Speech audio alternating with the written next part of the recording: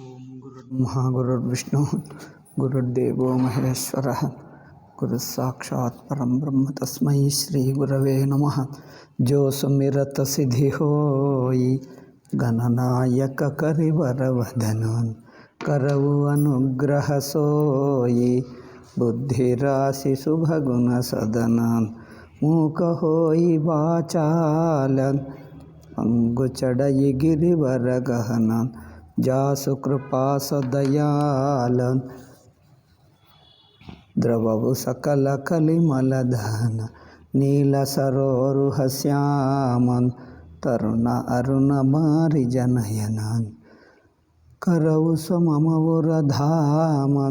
ಸದಾ ಕ್ಷೀರ ಸಾಗರ ಶಯನನ್ ಕುಂದ ಇಂದು ಸಮದೇಹನ್ ಉಮಾರಮನ ಕರುಣಾ ಅಯನನ್ ಜಾಹಿ ದೀನ ಪರನೇಹನ್ ಕರವು ಕೃಪಾಮರ್ದನಮಯನ ಬಂದವು ಗುರುಪದ ಕಂಜನ್ ಕೃಪಾ ಸಿಂಧು ನರ ರೂಪ ಹರಿ ಮಹಾಮೋಹತಮ ಪುಂಜನ್ ಜಾಸು ಬಚನ ರವಿ ಕರ ನಿಕರ.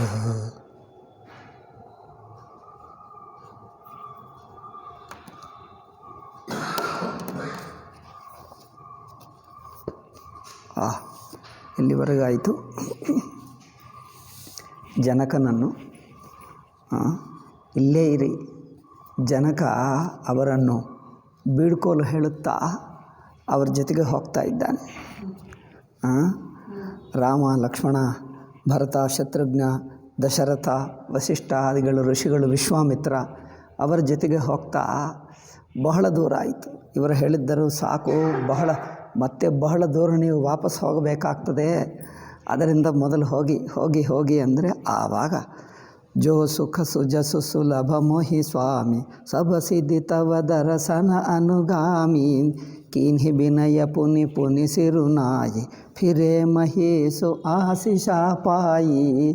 ಎಷ್ಟೋ ಹೊತ್ತಿಗೆ ಹೇಳಿದ ನಂತರ ಅವರು ಒಪ್ಪಿಕೊಂಡು ಆಯಿತೆಂದು ವಾಪಸ್ ತಿರುಗಿದ್ದಾನೆ. ಅಲ್ಲಿವರೆಗೂ ಹೇಳಿದ್ದೇವೆ. ಈಗ ಮುಂದಿಂದು ಚಲಿ ಬರಾತ ನಿಸಾನ ಬಜಾಯಿ.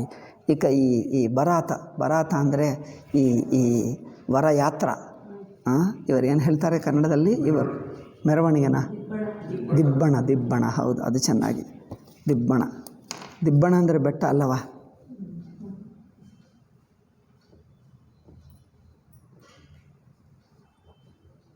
ನಾನಿದು ಮರ್ತೆ ಹೋಗ್ತಾ ಇದ್ದೀನಿ. ದಿಬ್ಬಣ ಎನ್ನುವುದು ಸ್ವಲ್ಪ ಕಂಠಸ್ಥ ಮಾಡಬೇಕು. ಈ ದಿಬ್ಬಣ ಎಂದು 10 ಸಲ ನನಗೆ ಬರ್ತಾನೆ ಇಲ್ಲ. ಆಯಿತು, ಚಲಿ ಬರಾತ. ಈಗ ದಿಬ್ಬಣ ಹೊರಟಿತು. ನಿಸಾನ ಬಜಾಯಿ. ಈಗ ತಮ್ಮ ಏನದು ಭಜಂತ್ರಿಗಳು ಬಾರಿಸುತ್ತಾ ಅವರು ಹೊರಟಿದ್ದಾರೆ. ಮುದಿತ ಛೋಟ ಬಡ ಸಬ ಸಮುದಾಯಿ. ಚಿಕ್ಕವರು ದೊಡ್ಡವರು ಎಲ್ಲರಿಗೆ ಆನಂದವಾಯಿತು, ಹೊರಡುತ್ತಾ ಇದ್ದಾರೆ. ತಾಮಹಿ ನಿರಖಿ ಗ್ರಾಮ ನರ ನಾರಿ ಪಾಯಿ ನಯನ ಫಲು ಹೋಹಿ ಸುಖಾರಿ. ದಾರಿಯಲ್ಲಿ ಕೆಲವು ಊರುಗಳಿರುತ್ತವಲ್ಲ, ಸ್ವಲ್ಪ ಕಾಡು ಇರುತ್ತದೆ, ಊರುಗಳಿರುತ್ತವೆ, ಜನರು ದಾರಿಯಲ್ಲಿ ಭೇಟಿ ಆಗ್ತಾರೆ. ಕೆಲವರು ಇವರ ಹಾಗೆ ದಾರಿಯಲ್ಲಿ ಹೋಗುವವರಿರುತ್ತಾರೆ, ಅದು ಆಗ್ತದಲ್ಲ. ಕೆಲವು ದಾರಿಯಲ್ಲಿ ಪ್ರಯಾಣ ಮಾಡುವವರಿರುತ್ತಾರೆ, ಕೆಲವರು ಊರುಗಳು ಬರುತ್ತವೆ, ಕೆಲವರು ಹೊಲಗದ್ದಲಿನಲ್ಲಿ ಕೆಲಸ ಮಾಡುವವರಿರುತ್ತಾರೆ. ಹೀಗೆ ಅವರೆಲ್ಲರೂ ನೋಡ್ತಾ ಅವ್ರಿಗೆ ಎಷ್ಟೋ ಸಂತೋಷವಾಯಿತಂತ. ಅಯ್ಯೋ, ನಮ್ಮ ರಾಮಚಂದ್ರ, ಸೀತಮ್ಮ ಇವರು ಬರ್ತಾ ಇದ್ದಾರೆ. ದಾರಿಯಲ್ಲಿ ರಾಮನಿರಖಿ ಗ್ರಾಮ ನರ ನಾರಿ. ಗ್ರಾಮೀಣ ಜನರು, ಸ್ತ್ರೀ ಪುರುಷರೆಲ್ಲ ರಾಮಚಂದ್ರನ ನೋಡಿ ಪಾಯಿ ನಯನ ಫಲು. ಅಬ್ಬಾ, ನಮ್ಮ ಕಣ್ಣಿಗೆ ಇವತ್ತು ಜನ್ಮ ಧನ್ಯವಾಯಿತೆ, ರಾಮಚಂದ್ರನ ದರ್ಶನವಾಯಿತು. ಫಲು ಹೋಹಿ ಸುಖಾರಿ, ತುಂಬ ಸುಖವಾಯಿತು ಅವರಿಗೆ.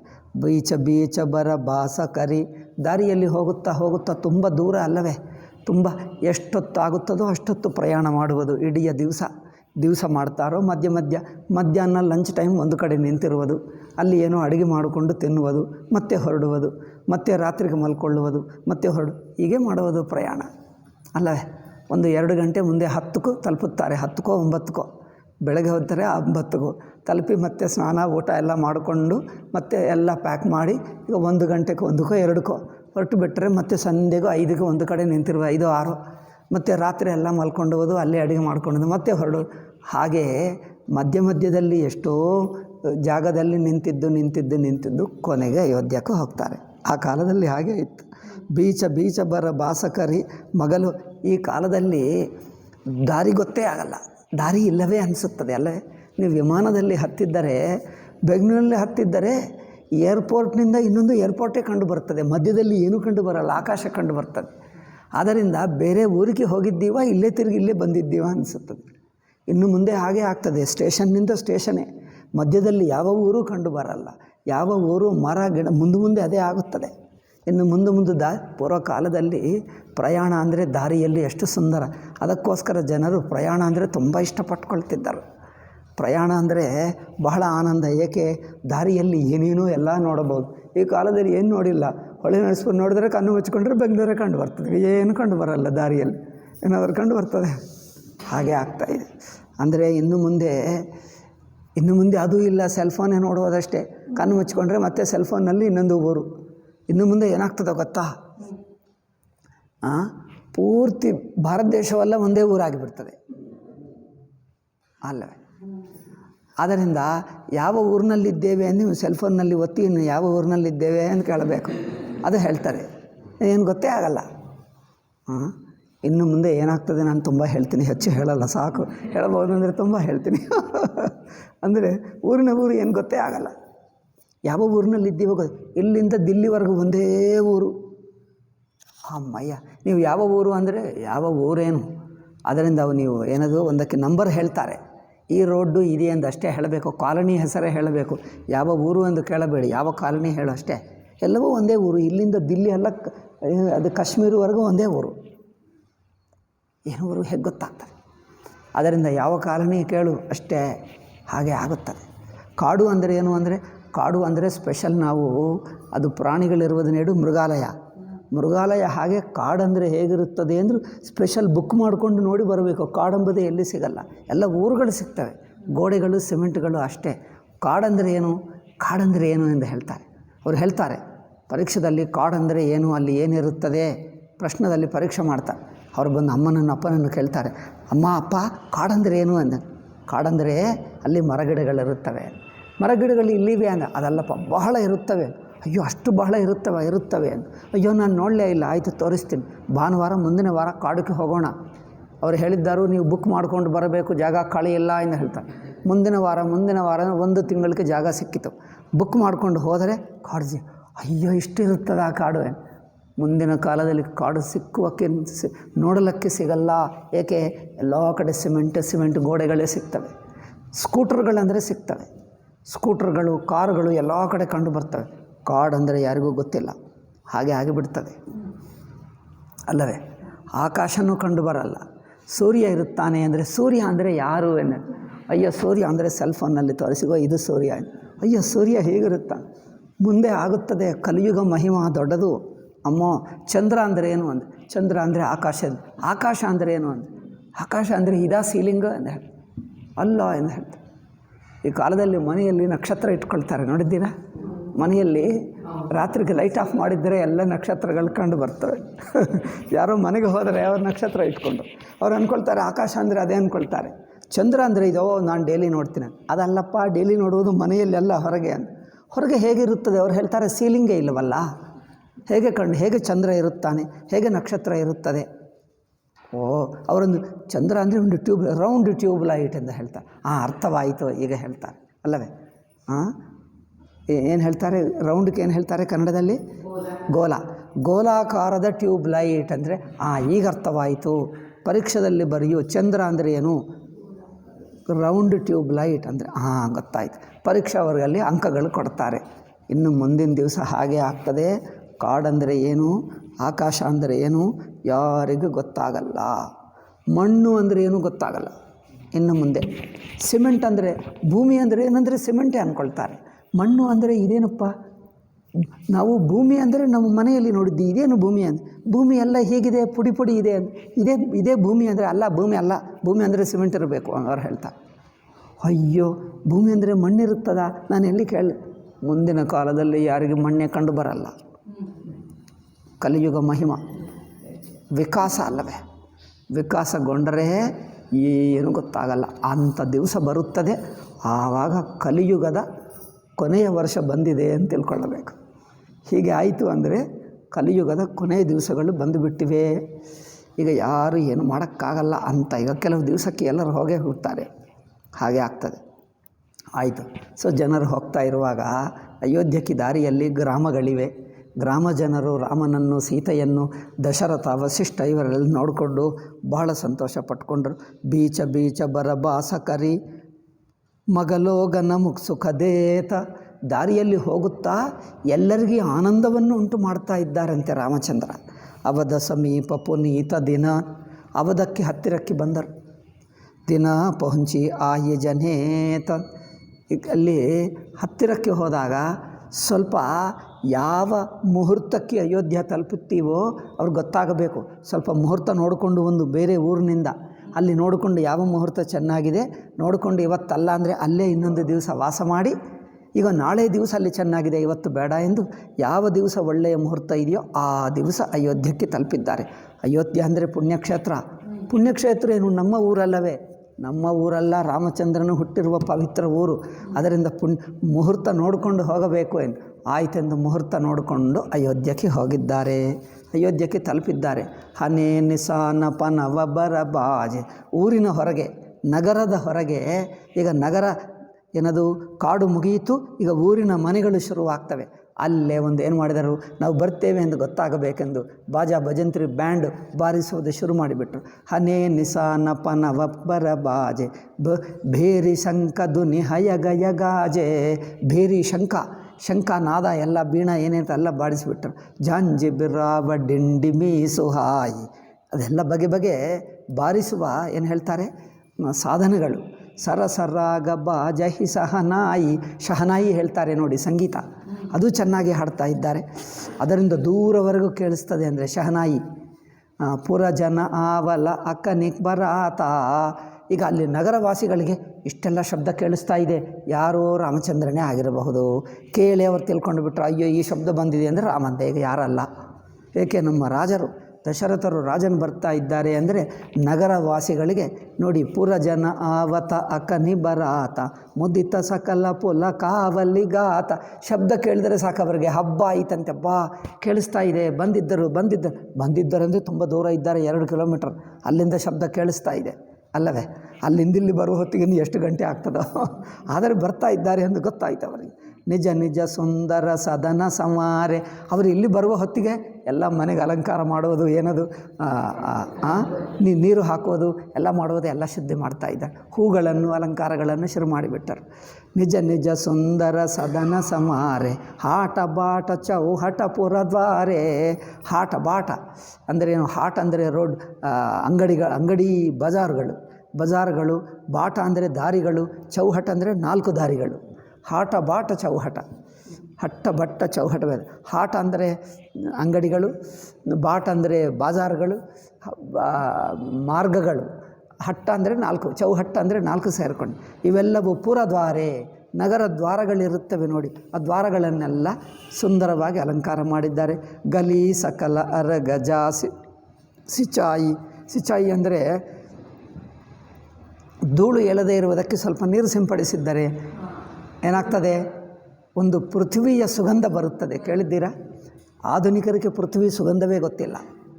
ಮಳೆಗಾಲ ಬಂದರೆ ಮೊದಲನೆಯ ಬೆಳೆಗಾಲ ಗಂಧವತಿ ಪೃಥ್ವಿ ಎಂದು ಭಗವದ್ಗೀತಾ ಹೇಳ್ತದೆ. ಏನದು? ಪೃಥ್ವಿಗೆ ಗಂಧ ಇರುತ್ತದೆ, ಸುಗಂಧ. ಪೃಥ್ವಿಗೆ ಸುಗಂಧ ಇರುತ್ತದೆ. ಮಳೆಗಾಲ ಶುರುವಾದರೆ, ಮಳೆಗಾಲೇನು ಯಾವ ಕಾಲ ಆದಲ್ಲಿ ಆಗಲಿ, ಸ್ವಲ್ಪ ಮಳೆ ಡ್ರೈ ಆಗಿಬಿಟ್ಟರೆ, ಒಣಗಿದರೆ ನಂತರ ಮಳೆ ಬಂದರೆ ಪೃಥ್ವಿಗೆ ಸುಗಂಧ ಬರುತ್ತದೆ. ಈ ಕಾಲದಲ್ಲಿ ಸಿಮೆಂಟ್ಗೆ ಸುಗಂಧ ಏನು ಬರಬೇಕು, ಅಥವಾ ಇಲ್ಲದರೆ ಪಕ್ಕಕ್ಕೆ ನಮ್ಮ ಮುನ್ಸಿಪಾಲಿಟಿ ಕಸ ಹಾಕುವುದಿರುತ್ತದೆ, ಆ ದುರ್ಗಂಧ ಬರುತ್ತದೆ. ಆದರೆ ಹೊರತು ಸುಗಂಧ ಬರಲ್ಲ ಈ ಕಾಲದಲ್ಲಿ. ಆ ಕಾಲದಲ್ಲಿ ಬರುತ್ತಿತ್ತು, ಈ ಕಾಲದಲ್ಲಿ ಬರ್ತದೆ ಗೊತ್ತಿಲ್ಲ. ನಮ್ಮ ಇಲ್ಲಿ ಎಲ್ಲ ಸಿಮೆಂಟೇ, ಇಲ್ಲಿ ಏನು ಗೊತ್ತೇ ಆಗಲ್ಲ, ಎಲ್ಲ ಸಿಮೆಂಟ್. ಹಳ್ಳಿಗಳು ಬರ್ತವೆ, ಇಲ್ಲೆಲ್ಲ ಸಿಮೆಂಟೇ ನೋಡಿ, ಇಲ್ಲಿ ಏನು ಗೊತ್ತೇ ಆಗಲ್ಲ, ಎಲ್ಲ ಸಿಮೆಂಟೇ. ಆದ್ದರಿಂದ ನಿಜ ನಿಜ ಸುಂದರ ಇದು ಗೊತ್ತಿಲ್ಲ. ಇನ್ನು ಮುಂದೆ ಅದು ಗೊತ್ತಾಗಲ್ಲ. ಸಿಟಿ ಜನರಿಗೆ ಯಾರಿಗಾದರೂ ಗೊತ್ತಾ ಮಳೆ ಆದರೆ ಏನಾಗ್ತದೆ? ಮಳೆ ಆದರೆ ಏನಾಗ್ತದೆ? ನೀರೆಲ್ಲ, ರೋಡ್ಡುಗಳೆಲ್ಲ ನೀರಾಗ್ತದೆ, ಮಳೆ ಬೇಡ ಹೇಳ್ತಾರೆ. ಮಳೆ ಆದರೆ ಅದು ನೋಡಲಿಕ್ಕೆ ಸುಂದರವಾಗಿರುತ್ತದೆ. ಅಷ್ಟೇ ಅಲ್ಲ, ಪೃಥ್ವಿಗೆ ಸುಗಂಧ ಬರುತ್ತದೆ, ಗಾಳಿ ಶುದ್ಧವಾಗ್ತದೆ. ಇನ್ನು ನೋಡಿದ್ದೀರಾ, ಮರ ಗಿಡಗಳು ಅದನ್ನು ಹಸಿರು ಹಸಿರು ಬಣ್ಣ ಇರುತ್ತದೆ. ಹಸಿರು ಇನ್ನು ಸುಂದರವಾಗಿ ಕಂಡು ಬರ್ತದೆ. ಏಕೆ? ಮರಗಿಡಗಳೆಲ್ಲ ಸ್ನಾನ ಮಾಡಿದ ಹಾಗೆ ಇರುತ್ತವೆ ಅಲ್ಲವೇ? ಬೆಟ್ಟನೂ ಸುಂದರವಾಗಿ ಕಂಡು ಬರುತ್ತದೆ. ಮಳೆ ಆಗಿ ನಿಂತು ಹೋದ ನಂತರ ಸೂರ್ಯನ ಬೆಳಕು ಬಂದರೆ ಪ್ರಕೃತಿ ನೋಡಬೇಕು ಎಷ್ಟು ಸುಂದರವಿರುತ್ತೆ. ಈ ಕಾಲದಲ್ಲಿ ಯಾವುದೂ ಕಂಡು ಬರಲ್ಲ. ಏಕೆ? ಎಲ್ಲ ಸಿಮೆಂಟ್ ಮರಗಳೇ. ಹಳ್ಳಿಯಲ್ಲಿ ನೋಡಿದ್ದರೆ ಮರಗಿಡಗಳು, ಆ ಬೆಟ್ಟಗಳು, ಆ ಸುಗಂಧ ಎಲ್ಲ ಬರುತ್ತದೆ. ಅದು ಹೇಳ್ತಾ ಇದ್ದಾರೆ. ಇದೆಲ್ಲ ಗಲಿ ಸಕಲ ಅರಗಜ ಸಿಂಚಾಯಿ. ಅದರಿಂದ ಪೃಥ್ವಿಗೆ ನೀರು ಹಾಕಿದ್ದರೆ ಜನರು ಹೆಚ್ಚು ನಡೆಯುತ್ತಾ ಇರುತ್ತವೆ. ಕುದುರೆಗಳು, ರಥಗಳು ಅದೇನು ಧೂಳು ಏಳಲ್ಲ. ಮತ್ತು ಸುಗಂಧ ಬರುತ್ತದೆ. ಮಣ್ಣೆಲ್ಲ ಅಡಿಗೆ ಇದ್ದರೆ ನಿಧಾನವಾಗಿ ಆನಂದವಾಗಿ ಹೋಗುತ್ತಾ ಇರಬಹುದು. ರೋಡ್ಡಿನಲ್ಲಿ ಮನೆಯಲ್ಲಿ ಹಾಕ್ಕೊಂಡ್ರೆ ಶುದ್ಧವಾಗಿರುತ್ತದೆ. ಹಾಗೆ ಧೂಳು ಇಲ್ಲದಂತೆ ಶುದ್ಧವಾಗಿರುತ್ತದೆ. ಅದಕ್ಕಿಂತ ಗಲಿ ಸಕಲ ಅರಗಜ ಸಿಂಚಾಯಿ, ನೀರು ಹಾಕಿದ್ದಾರೆ. ಜಹ ಜಹ ಚೌಕೆ ಚಾರು ಪರಾಯಿ, ಎಲ್ಲೆಲ್ಲಿ 4 ದಾರಿಗಳಿರುತ್ತದೋ ಅದನ್ನು ಸುಂದರವಾಗಿ ಅಲಂಕಾರ ಮಾಡಿದ್ದಾರೆ. ಬನ ಬಜಾರು ನ ಜಾಯಿ ಬಕಾನಿ. ಈಗ ಬಾಜಾರುಗಳು ಎಷ್ಟು ಸುಂದರವಾಗಿ ಅಲಂಕಾರ ಮಾಡಿದ್ದಾರೆ ನೋಡಿ. ನ ಜಾಯಿ ಬಕಾನ ತೋರಣ ಕೇತು ಪತಾಕ ಬಿತಾನ. ತೋರಣಗಳು, ಕೇತುಗಳು ಅಂದರೆ ಧ್ವಜಗಳು, ಪತಾಕಗಳು ಎಲ್ಲ ಸುಂದರವಾಗಿ ಅಲಂಕಾರ ಮಾಡಿ. ಸಫಲ ಪೂಗ ಫಲ ಕದಲಿ ರಸಾಲ. ಹಣ್ಣುಗಳು ಅಲಂಕಾರದಲ್ಲಿಡ್ತಾರೋ ಏನೋ ಅಲ್ಲಿ. ಏನು? ರೋಪೆ ಬಕುಲ ಕದಂಬ ತಮಾಲ. ಈ ಮರಗಳಿವೆ ಇರಬಹುದು, ಮರಗಳ ಅಥವಾ ಈ ಹಣ್ಣುಗಳೇ ತಂದಿಟ್ಟಾರ. ಪೂಗ ಫಲ, ಪೂಗಿ ಅಂದರೆ ಏನು ಅಡಿಕೆ. ದೆನ್ ಕದಲಿ ಅಂದರೆ ಬಾಳೆ. ರಸಾಲ ಅದು ಮಾವಿನದು. ರೋಪೆ ಬಕುಲ ಕದಂಬ ತಮಾಲ ಇದೆಲ್ಲ ಮರಗಳು. ಲಗೆ ಸುಭಗತರು ಪರಸತಧರಣಿ ಮಣಿಮಯ ಆಲವಾಲ ಕಲಕರಣಿ ವಿವಿಧ ಭಾಂತಿ ಮಂಗಲ ಕಲಸ. ಈಗ ಮಂಗಲ ಕಲಶಗಳು, ಅದರಲ್ಲಿ ನೀರು ತುಂಬಿ ಅಕ್ಕಿ ಇಟ್ಕೊಂಡು ಪಾತ್ರ ಮತ್ತು ಹೂಗಳೆಲ್ಲ ಅಲಂಕಾರ ಮಾಡಿ ಏನಾದರೂ ತೆಂಗಿನಕಾಯಿ ಇಟ್ಟು ಮಂಗಳ ಕಲಶಗಳು ಇಟ್ಕೊಂಡರು. ವಿವಿಧ ಭಾಂತಿ ಅಂದರೆ ಅವರಿಗೆ ಸ್ವಾಗತಕ್ಕೋಸ್ಕರ ಅಲಂಕಾರ, ಸ್ವಾಗತಕ್ಕೆ ತಯಾರಿ. ರಾಮಚಂದ್ರನಿಗೆ ಸ್ವಾಗತಕ್ಕೆ ತಯಾರಿ. ತನ್ನ ಊರಿನಲ್ಲೇ ತನಗೆ ಸ್ವಾಗತ ನೋಡಿ. ತನ್ನ ಊರಿಗೆ ತನಗೆ ಸ್ವಾಗತ ಮಾಡ್ತಾರ? ಜನರು ಮಾಡ್ತಾರ ಈ ಕಾಲದಲ್ಲಿ? ತನ್ನ ಮನೆ ಅಲ್ಲವೇ, ಯಾರೇನು ಮಾಡಲ್ಲ. ತನ್ನ ಮನೆಗೆ ಆದರೂ ಮಹನೀಯರು ಬಂದರೆ ಅವರಿಗೆ ಸ್ವಾಗತ ಸತ್ಕಾರ ಎಲ್ಲ ಇರ್ತದೆ. ವಿವಿಧ ಭಾಂತಿ ಮಂಗಲ ಕಲಸ ಗೃಹ ರಚೆ ಸಮಾರಿ ಸುರ ಬ್ರಹ್ಮಾದಿ ಸಿಂಹಾಹಿ ಸಭ ರಘುಬರ ಪುರಿ ನಿಹಾರಿ. ರಾಮಚಂದ್ರನ ಪುರ, ಜನರ ಪ್ರೀತಿ, ಅವರ ಸೌಂದರ್ಯ, ಅಲಂಕಾರ ಇದೆಲ್ಲ ನೋಡಿ ದೇವತರಿಗೆ ಆನಂದವಾಯಿತಂತೆ. ನಮ್ಮ ಇಂದ್ರ ಬಂದರೆ ನಮ್ಮ ದೇವರೇ ಲೆಕ್ಕ ಮಾಡಲ್ಲ, ಅವ್ರ ಕೆಲಸದಲ್ಲಿ ಅವರಿರುತ್ತಾರೆ. ಇವರು ಪಾಪ ಎಷ್ಟು ಭಕ್ತರು ನೋಡಿ. ರಾಮ ಬರ್ತಾ ಇದ್ದಾನೆಂದರೆ ಮಿಕ್ಕ ಕೆಲಸಗಳೆಲ್ಲ ಬಿಟ್ಟು ಅಲಂಕಾರ ಮಾಡಿಕೊಂಡು ಸ್ವಾಗತ ಸತ್ಕಾರಕ್ಕೆ ವಸ್ತುಗಳನ್ನೆಲ್ಲ ತಯಾರು ಮಾಡಿ ತಾವು ಅಲಂಕರಿಸಿಕೊಂಡು ಕಾಯುತ್ತಾ ಇದ್ದಾರೆ. ಭೂಪ ಭವನು ತೆಹಿ ಅವಸರು ಸೋಹ. ಈಗ ಅರಮನೆ, ಮೊದಲು ನಗರದಲ್ಲಿ ಅರಮನೆಗೂ ಅಲಂಕಾರ. ಅವಸರ ಸೋಹ ರಚನಾ ದೇಕಿ ಮದನು ಮನುಮೋಹ. ಅದು ಎಷ್ಟು ಸುಂದರ ಅಲಂಕಾರ ಅಂದರೆ ಕಾಮದೇವನಿಗೆ ಆಕರ್ಷಣವಾಯಿತಂತೆ. ಅಬ್ಬ ಮಂಗಲ ಸಗುಣ ಮನೋಹರ ತಾಯಿ. ಎಲ್ಲ ಮಂಗಳ ಶುಭ ಶಕುನಗಳಾಗುತ್ತಾ ಇವೆ. ಮಂಗಲ ಸಗುಣ ಅಂದರೆ ಶುಭ ಶಕುನಗಳು. ರಿಧಿ ಸಿದ್ಧಿ ಸುಖ ಸಂಪದ ಸುಹಾಯಿ ಜನುವು ಚಾಹ ಸಬ ಸಹಜ ಸುಹಾಯೆ. ಎಲ್ಲರಿಗೆ ಮನಸ್ಸಿನಲ್ಲಿ ಉತ್ಸಾಹ ಇದಂತೆ. ಎಲ್ಲಕ್ಕಿಂತ ದೊಡ್ಡ ಮಂಗಳ ಅದು. ಶುಭ ಶಕುನಕ್ಕಿಂತ ಎಲ್ಲರಿಗಿಂತ ಒಳ್ಳೆಯ ಶುಭ ಶಕುನ ಯಾವುದು? ಮನಸ್ಸು ಉತ್ಸಾಹ ಇದ್ದರೆ ಅದೇ ದೊಡ್ಡ ಶಕುನ. ಎಲ್ಲಕ್ಕಿಂತ ದೊಡ್ಡ ಶಕುನ ಮನಸ್ಸು ಉತ್ಸಾಹದಿಂದ ತುಂಬಿರಬೇಕು. ಮನಸ್ಸು ಉತ್ಸಾಹ ಇದ್ದರೆ ಮುಖ ಪ್ರಸನ್ನವಾಗಿರುತ್ತದೆ. ಅದೇ ಒಳ್ಳೆಯ ಶಕುನ. ಎಲ್ಲಕ್ಕಿಂತ ಒಳ್ಳೆಯ ಶಕುನ ಅದೇ. ಮಂಗಲ ಸಗುಣ ಮನೋಹರ ತಾಯಿ ರಿಧಿ ಸಿದ್ಧಿ ಸುಖ ಸಂಪದ ಸುಹಾಯಿ ಜನುವು ಚಾಹ ಸಬ ಸಹಜ ಸುಹಾಯೆ ತನು ಧರಿ ದಶರಥ ಗೃಹ ಛಾಯೆ ದೇಖನ ಹೇತು ರಾಮ ಬಯದೇಹಿ. ಸೀತಾರಾಮರು ಬಂದರೆ ನೋಡ್ಲಕ್ಕಿ ಕಹಹು ಲಾಲಸ ಹೋಹಿನ ಕೇಹಿ. ರಾಮಚಂದ್ರ ಹೋಗಿದ್ದ ಸುಮ್ಮನೆ ಒಬ್ಬನಾಗಿ. ಈಗ ನಾವು ಮದುವೆ ಮಾಡಿಕೊಂಡು ಸೀತಾ ಸಮೇತ ಬರ್ತಾನೆ. ಅಯ್ಯೋ ಸೀತೆಯನ್ನು ಸೀತಾ ಸಮೇತನಾಗಿ ನೋಡಬೇಕು ಎಂದು ಜನರ ಉತ್ಸಾಹ ಎಷ್ಟಿದೆ ಅಂದರೆ ಮನೆಯೆಲ್ಲ ಬಿಟ್ಟು ಇಲ್ಲೇ ಕೂತಿದ್ದಾರೆ. ಇವು ಯಾವಾಗ ಬರ್ತಾರೆ ಎಂದು ರೆಡಿಯಾಗಿ ಕೂತಿದ್ದಾರೆ. ಜೂತ ಜೂತ ಮಿಲಿ ಚಲಿ ಸುವಾಸಿನಿ. ಸುವಾಸಿನಿ ಸ್ತ್ರೀಗಳೆಲ್ಲ ಒಂದು ಗುಂಪುಗಳಾಗಿ ಅನೇಕರು ಬಂದು ಬಿಡ್ತಾ ಇದ್ದಾರೆ ಅರಮನೆಗೆ. ಎಲ್ಲಿ? ಅಯೋಧ್ಯ ಅರಮನೆಗೆ ಬರ್ತಾ ಇದ್ದಾರೆ. ನಿಜ ಛಬಿ ನಿದರಹಿ ಮದನ ವಿಲಾಸಿನಿ. ಒಬ್ಬೊಬ್ಬರು ಸುಂದರವಾಗಿ ಅಲಂಕರಿಸಿಕೊಂಡರು. ಏಕೆ? ನಾವು ಸೀತಾರಾಮ ನೋಡಬೇಕು, ಸೀತಾರಾಮ ನಮ್ಮನ್ನು ನೋಡಿದ್ದಾಗ ಗಲೀಜಿರಬಾರದು, ನಾವು ಸುಂದರವಾಗಿರಬೇಕಂತ ತಾವು ಅಲಂಕಾರ ಮಾಡಬೇಕು. ಏಕೆ? ಇನ್ನೊಬ್ಬರಿಗೆ ಸನ್ಮಾನ ಮಾಡುವುದಂದರೆ ತಾವು ಸರಿಯಾಗಿ ಸುಂದರವಾಗಿರುವುದೇ ದೊಡ್ಡ ಸತ್ಕಾರ ಸನ್ಮಾನ ಅಲ್ಲವೇ? ಇದೆಲ್ಲ ಗೋಡೆಗಳು ಮರ ಗಿಡಗಳು ಹೇಗೆ ಅಲಂಕಾರ ಮಾಡ್ತಾರೋ ತಮ್ಮನ್ನು ಅಲಂಕಾರ ಮಾಡಿಕೊಂಡ್ರೆ ಅದು ಭಗವಂತನಿಗೆ ಸೇವನೆ. ರಾಮಚಂದ್ರನಿಗೆ ಸೇವಾ ಅಂದರೆ ತಮ್ಮನ್ನು ಅಲಂಕರಿಸಿಕೊಳ್ಳುವುದು ಭಗವಂತನ ಸೇವನೆ. ಸೇವಾ ಭಾವದಿಂದ ಮಾಡಬೇಕು ಅಷ್ಟೇ ಹೊರತು ತಮ್ಮ ಅಹಂಕಾರದಿಂದ ಅಲಂಕಾರ ಮಾಡಬಾರದು. ಭಗವಂತನ ಸೇವಾ ಇದೆಲ್ಲ ಅಲಂಕಾರ ಭಗವಂತನಿಗೆ ತೋರಿಸ್ತೀವಿ. ಈ ಸೇವಾ ಅವರಿಗೆ, ಅವರು ನೋಡಿಕೊಂಡು ಸಂತೋಷ ಪಟ್ಕೊಳ್ಳಲಿ, ಅವರ ಸಂತೋಷವೇ ನಮಗೆ ಸಂತೋಷ. ಹೀಗೆ ಭಗವಂತನ ಸಂತೋಷವೇ ನಮ್ಮ ಸೇವಾ ಭಾಗ್ಯ. ಅದು ನೋಡಿ. ಏಕೆಂದರೆ ಸೋಮಾರಿಗೆ ಅಲಂಕಾರವೂ ಮಾಡೋಕ್ಕಾಗಲ್ಲ. ಹಬ್ಬ ಎಲ್ಲ ಯಾರು ಮಾಡ್ತಾರೆ ಅಂತ ಹೇಳ್ತಾರೆ. ಸೋಮಾರಿಗಳು ಮಾಡ್ತಾರೆ, ಅದು ಇಲ್ಲ ಟೈಮ್. ಯಾರು ಮಾಡ್ತಾರೆ, ಇರಲಿ, ಹೇಗಿರ್ತೀವಿ ಅಂತ ಹೇಳ್ತಾರೆ. ಅವ್ರೇನೋ ತರ್ಕ ಹೇಳ್ತಾರೆ, ಏಕೆ ಅಲಂಕಾರ ಹೇಗಿದ್ದರೆ ಹಾಗಿರಲಿ ಅಂತ ಹೇಳ್ತಾರೆ. ನೋಡಿ, ಅಲಂಕಾರ ಮಾಡುವುದಕ್ಕೆ ಬೇಕಾದಷ್ಟು ಶ್ರಮ ಆಗುತ್ತದೆ, ಆಯಾಸ ಆಗುತ್ತದೆ, ಅದು ಆಗಬೇಕು. ಅಂದರೆ ಅವರೆಲ್ಲ ಮಾಡಿಕೊಂಡು ರಾಮಚಂದ್ರನಿಗೆ ಸ್ವಾಗತಕ್ಕೆ ಇದು ಸೂಚನೆ. ಅವರಿಗೆ ಸತ್ಕಾರ, ಅವರಿಗೆ ಸನ್ಮಾನ, ಅವರಿಗೆ ಪೂಜೆ ಅಂದರೆ ಇದೆ. ಪೂಜೆ ಅಂದರೆ ವಸ್ತುಗಳು, ನಾವು ಹಿಡಿಯೋ ವಸ್ತುಗಳು ತಾವು ಸುಂದರವಾಗಿ ಶುದ್ಧವಾಗಿ ಕಂಡು ಬರಬೇಕು. ಅದು ರಾಮನಿಗೆ ಸೇವಾ. ಜೂತ ಜೂತ ಮಿಲಿ ಚಲಿ ಸುವಾಸಿನಿ ನಿಜ ಚಬಿ ನಿದರಹಿ ಮದನ ಬಿಲಾಸಿನಿ ಸಕಲ ಸುಮಂಗಲ ಸಜೆ ಆರತಿ. ಅಷ್ಟೇ, ಎಲ್ಲ ಮಂಗಳಗಳಲ್ಲದೆ ಆರತಿಯನ್ನು ತಯಾರು ಮಾಡಿಕೊಂಡರು. ಗಾವಹಿ ಜನು ಬಹು ವೇಷ ಭಾರತಿ. ಈಗ ಅನೇಕ ವೇಷಗಳಿಂದ ಅನೇಕ ಹಾಡುಗಳನ್ನು ಹಾಡುವುದು ಶುರು ಮಾಡಿಬಿಟ್ಟರು. ರಾಮ ಬರುವಕ್ಕೆ ಮುಂಚೆನೇ ಹಾಡುವುದು ಶುರು ಮಾಡಿಬಿಟ್ಟರು. ಕೆಲವು ಹಾಡುಗಳು ಇಟ್ಕೊಂಡ್ರು, ಅವ್ರು ಬಂದಾಗ ಹಾಡೋಣ ಎಂದು. ಕೆಲವು ಹಾಡುಗಳು ಮೊದಲೇ ಹಾಡ್ತಾರೆ, ಈ ಹಾಡು ಈಗ ಬೇಡ, ಅವ್ರು ಬಂದಾಗ ಹಾಡೋಣ. ಮೊದಲೇ ಶುರು ಮಾಡಿದ್ದು ಬೇರೆ ಹಾಡುಗಳು, ಹಾಡುತ್ತಾ ಅವ್ರು ಬಂದಾಗ ಹಾಡಬಹುದು. ಹಾಗೆ ಪ್ಲ್ಯಾನ್ ಮಾಡಿಕೊಂಡು ಹಾಡಬೇಕೇ.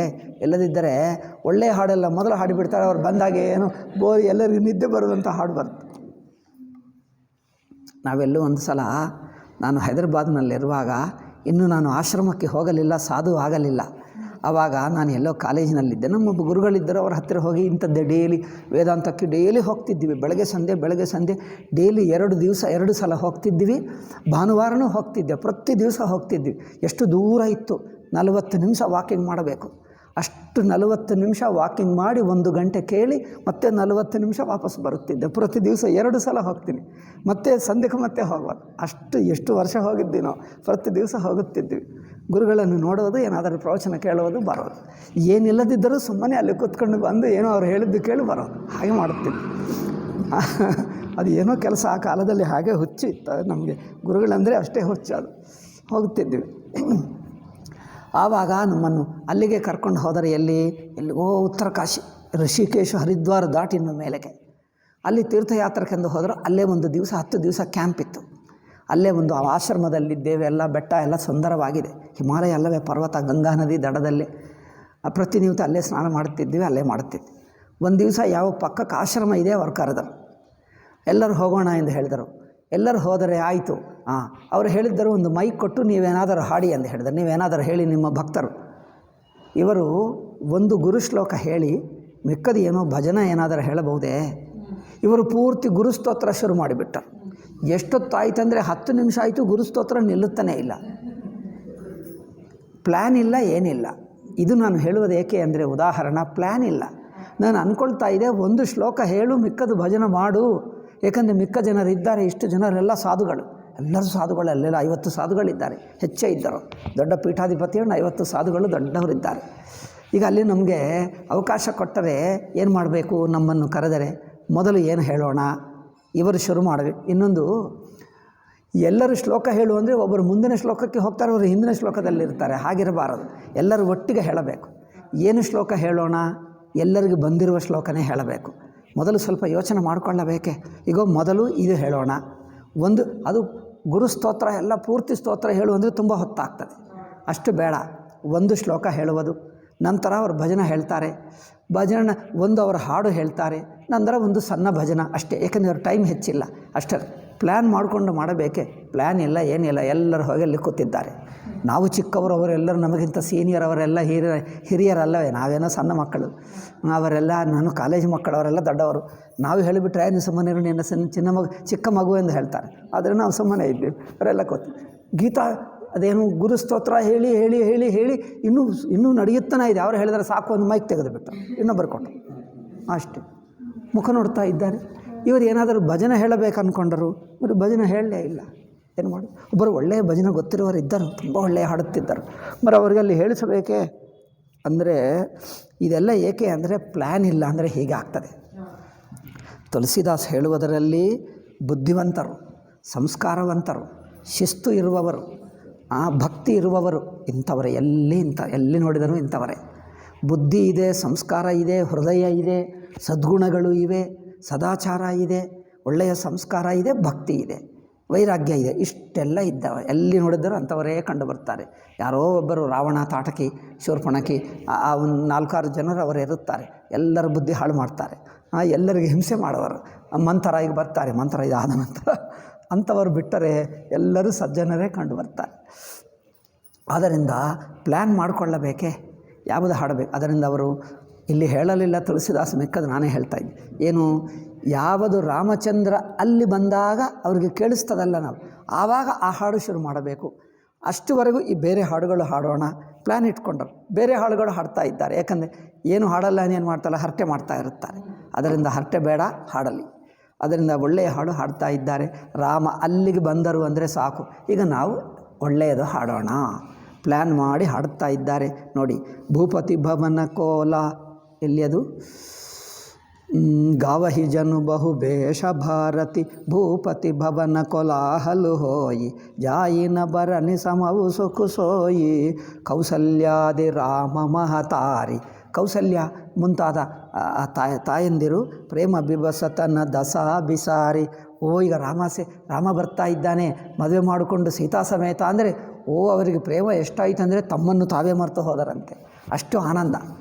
ನಾವು ಯಾರು ಎಲ್ಲಿದ್ದೇವೆ ಎಂದು ಆ ರಾಮ ಸ್ಮರಣದಿಂದ ನೋಡಿ ತನು ಬಿಸಾರಿ. ತುಳಸಿದಾಸ್ ಹೇಳ್ತಾನೆ, ತಮ್ಮನ್ನು ತಾವೇ ಮರೆತು ಹೋದರಂತೆ. ಅವ್ರು ಏನು ನೋಡಿದ್ದರೂ ರಾಮನೇ ಮಾತಾಡ್ತಾ ಇದ್ದಾರೆ. ತಾವು ಎಲ್ಲಿದ್ದೇವೆ, ಕೂತ್ಕೊಂಡಿದ್ದೇವೋ, ಕೈ ಕಾಲು ಎಲ್ಲ ತಮಗೆ ಗೊತ್ತೇ ಆಗ್ತಾಯಿಲ್ಲ. ತಮ್ಮ ಕೈಯಲ್ಲೂ ಕಾಲೆಲ್ಲೂ ಗೊತ್ತಾಗ್ತಾ ಇಲ್ಲ. ಅಂದರೆ ಅಷ್ಟು ಪ್ರೇಮದಿಂದ ಭಕ್ತಿಯಿಂದ ನಿಮಗ್ನವಾದರೆ ನಮ್ಮ ಕೈಯಲ್ಲೋ ಕಾಲೆಲ್ಲೋ ಗೊತ್ತಾಗಲ್ಲ. ಅವರು ಕೆಲವರು ಕತೆ ಹೇಳ್ತಾರೆ, ಅದು ನಿಜವಾಗಿದೋ ಇಲ್ಲವೋ, ಯಾರೋ ಭಕ್ತರು ಹೇಳಿರುವ ಕಥೆ. ಇದು ಮಹಾಭಾರತದಲ್ಲಿಲ್ಲ. ಎಲ್ಲಿ ನೀವು ಕೇಳಿದ್ದೀರಾ? ಭಕ್ತರ ಕಥೆಗಳು ಕೇಳಬೇಕು, ತುಂಬ ಕಥೆಗಳಿರುತ್ತವೆ. ಅದು ಒಂದು ಸಲ ಕೇಳೋಣ, ಇದಾಗಲೇ ಅದು ಬೇರೆ ಪುಸ್ತಕ ಇರ್ತದೆ. ಭಕ್ತರ ಕಥೆಗಳೇ ಕೇಳಬೇಕು. ಭಕ್ತ ಅದೇನಿದೆ, ಭಕ್ತ ಮಾಲ್ ಕೇಳಿದ್ದೀರಾ?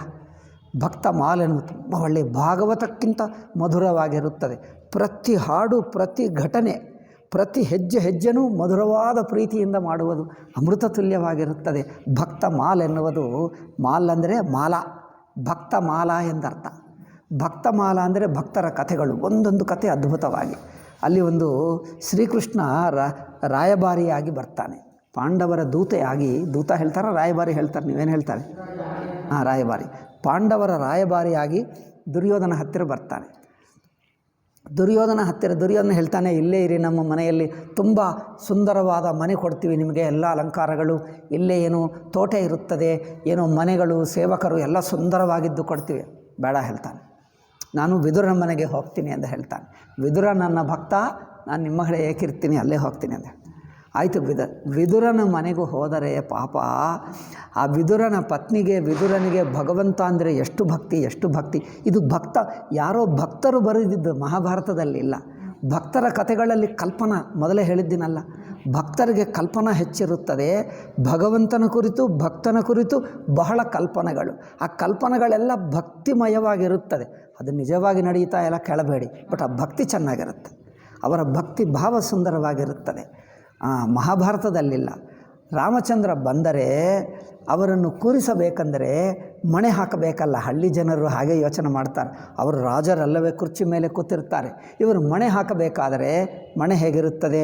ಕೆಳಗೆ 2 ಕಾಲು ಇರುತ್ತದೆ, ಉದ್ದ ಕಾಲು ಅಲ್ಲವೇ?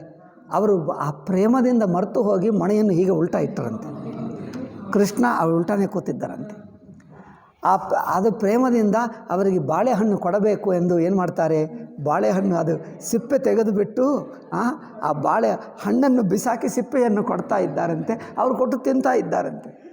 ಆವಾಗ ವಿದುರ ಬಂದನಂತೆ. ಬಂದಾಗ ನೋಡಿದ್ರೆ ಏನು ಮಾಡ್ತಾ ಇದ್ದೀವಿ ಅಂದರೆ ಅವ್ರು ಏನು ಮಾಡಿದೆ ಅಂತ ಹೇಳ್ತಾರೆ. ಏನು ಮಾಡಿದೆ ಅಂದರೆ ಅವರು ಆ ಕೃಷ್ಣನ ಭಕ್ತಿಯಲ್ಲಿ ತಾವು ಈ ಕೈಯಲ್ಲಿ ಏನು ಮಾಡ್ತಾ ಇದ್ದಾವೋ ಗೊತ್ತಾಗಲಿಲ್ಲ ಅಂತ. ವಿದುರ ಹೇಳಿದನಂತಾರೆ, ಇವಳು ಸೆರೆ ಮಾಡ್ತಾ ಇದ್ದಾರೆ, ನೀವೇನು ಚಿಂತೆ ಮಾಡಬೇಡಿ, ಸರಿ ಇದೆ ಅಂದನು. ಇದೆಲ್ಲ ಇಂಥ ಕಥೆಗಳು ಒಂದು ಭಕ್ತ ಮಹಲ್ ಎಂದು ಪುಸ್ತಕವೇ ಇದೆ. ನೀವು ಕೇಳಲಿಲ್ಲವ ಭಕ್ತ ಮಹಲ್? ಅಯ್ಯೋ ಅದ್ಭುತ ಪುಸ್ತಕ. ಅಲ್ಲಿ ಶಂಕರಾಚಾರ್ಯರ ಬಗ್ಗೆನೂ ಇದೆ. ಯಾವ ಪುಸ್ತಕದಲ್ಲಿ ಬರಲ್ಲ. ಶಂಕರಾಚಾರ್ಯರು ಭಕ್ತರು, ಹೇಗೆ ಭಕ್ತರು ಎಂದು ಅಲ್ಲಿದೆ ಕತೆ. ಇಲ್ಲಿ ಯಾವ ಪುಸ್ತಕದಲ್ಲಿ ಕಂಡು ಬರಲ್ಲ. ಎಲ್ಲರನ್ನೂ ಭಕ್ತರು ಮಾಡಿಬಿಟ್ಟರು. ಶಂಕರಾಚಾರ್ಯರು, ವೇದವ್ಯಾಸರು ಎಲ್ಲರನ್ನು ದೊಡ್ಡ ದೊಡ್ಡ ಭಕ್ತರು. ಎಲ್ಲರ ಕಥೆಗಳು ಅದ್ಭುತವಾಗಿರುತ್ತವೆ. ಭಕ್ತರು ಅದು ಓದತಕ್ಕದ್ದು. ಒಂದು ಶಿವಭಕ್ತರ ಕಥೆಗಳು ಎಂದು ಒಂದು ಪುಸ್ತಕ ಇದೆ, ಸಂಸ್ಕೃತದಲ್ಲೇ ಇದೆ. ಈ ಭಕ್ತಮಾಲ ಎನ್ನುವುದು ಇದು ಒಂದಿದೆ, ಇದು ಪುಸ್ತಕ. ಈ ಎರಡು ಶಿವಭಕ್ತರು, ವಿಷ್ಣು ಭಕ್ತರು, ಎಲ್ಲ ಬಗೆಯಾದ ಭಕ್ತರು, ಭಕ್ತರ ಕಥೆಗಳಿದೆ, ಅದು ಕೇಳಬೇಕು. ಇದು ರಾಮಾಯಣ, ಇದೆಲ್ಲ ಸೌಂದರ್ಯ ಕಥೆ, ಎಲ್ಲ ನವರಸಗಳು, ಎಲ್ಲ ಅಲ್ಲಿ ಒಂದೇ ಭಕ್ತಿ ರಸ, ಎಲ್ಲ ಹೆಜ್ಜೆ ಹೆಜ್ಜೆ ಭಕ್ತಿ. ಈಗ ಬೇರೆ ಯಾವುದಿಲ್ಲ, ಹೆಜ್ಜೆ ಹೆಜ್ಜೆ ಭಕ್ತಿ ಅಷ್ಟೇ. ಅದು ಸುಂದರವಾಗಿರ್ತದೆ. ಒಂದೊಂದು ಕಥೆ ಒಂದೊಂದು ಬಗೆ. ಯಾವ ಎರಡು ಕಥೆಗಳೇ ಒಂದು ಬಗೆ ಇರಲ್ಲ. ಇಂಥದ್ದು ನೂರಾರು ಕಥೆಗಳು, ಅಪ್ಪ ಅದ್ಭುತವಾಗಿರುತ್ತದೆ. ಅದು ಓದತಕ್ಕದ್ದೇ. ಅದು ನಾವೆಲ್ಲ ಇವೆ ಬೇಕಾದಷ್ಟು ಇವೆ ಪುಸ್ತಕಗಳು. ಎಲ್ಲ ಹೇಳಿಬಿಟ್ರೆ ಮತ್ತು ನನ್ನನ್ನು ಹೇಳುವಕ್ಕೆ ಹೇಳ್ತಾರೆ. ಎಲ್ಲ ನಾನೇ ಹೇಳೋದಕ್ಕಾಗಲ್ಲ. ನಾನು ಹೇಳಲ್ಲ, ಎಷ್ಟು ಜನರಿದ್ದಾರೆ, ಅವರಿಂದ ಹೇಳಿಸ್ಕೊಳ್ಳಿ ಅಥವಾ ನೀವೇ ಓದ್ಕೊಂಡು. ನಾನು ಕೆಲವು ಸಂಸ್ಕೃತದಲ್ಲಿವೆ, ಕೆಲವು ಹಿಂದಿಯಲ್ಲಿವೆ. ಅಂದರೆ ಸುಮ್ಮನೆ ಹೇಳ್ತಾ ಇದ್ದೀನಿ. ಇವರು ಕೌಸಲ್ಯಾದಿ ತಾಯಂದಿರಿಗೆ ರಾಮ ಬರ್ತಾ ಇದ್ದಾನೆ ಅಂದರೆ ತಮ್ಮನ್ನು ತಾವೇ ಮರೆತು ಹೋದರಂತೆ.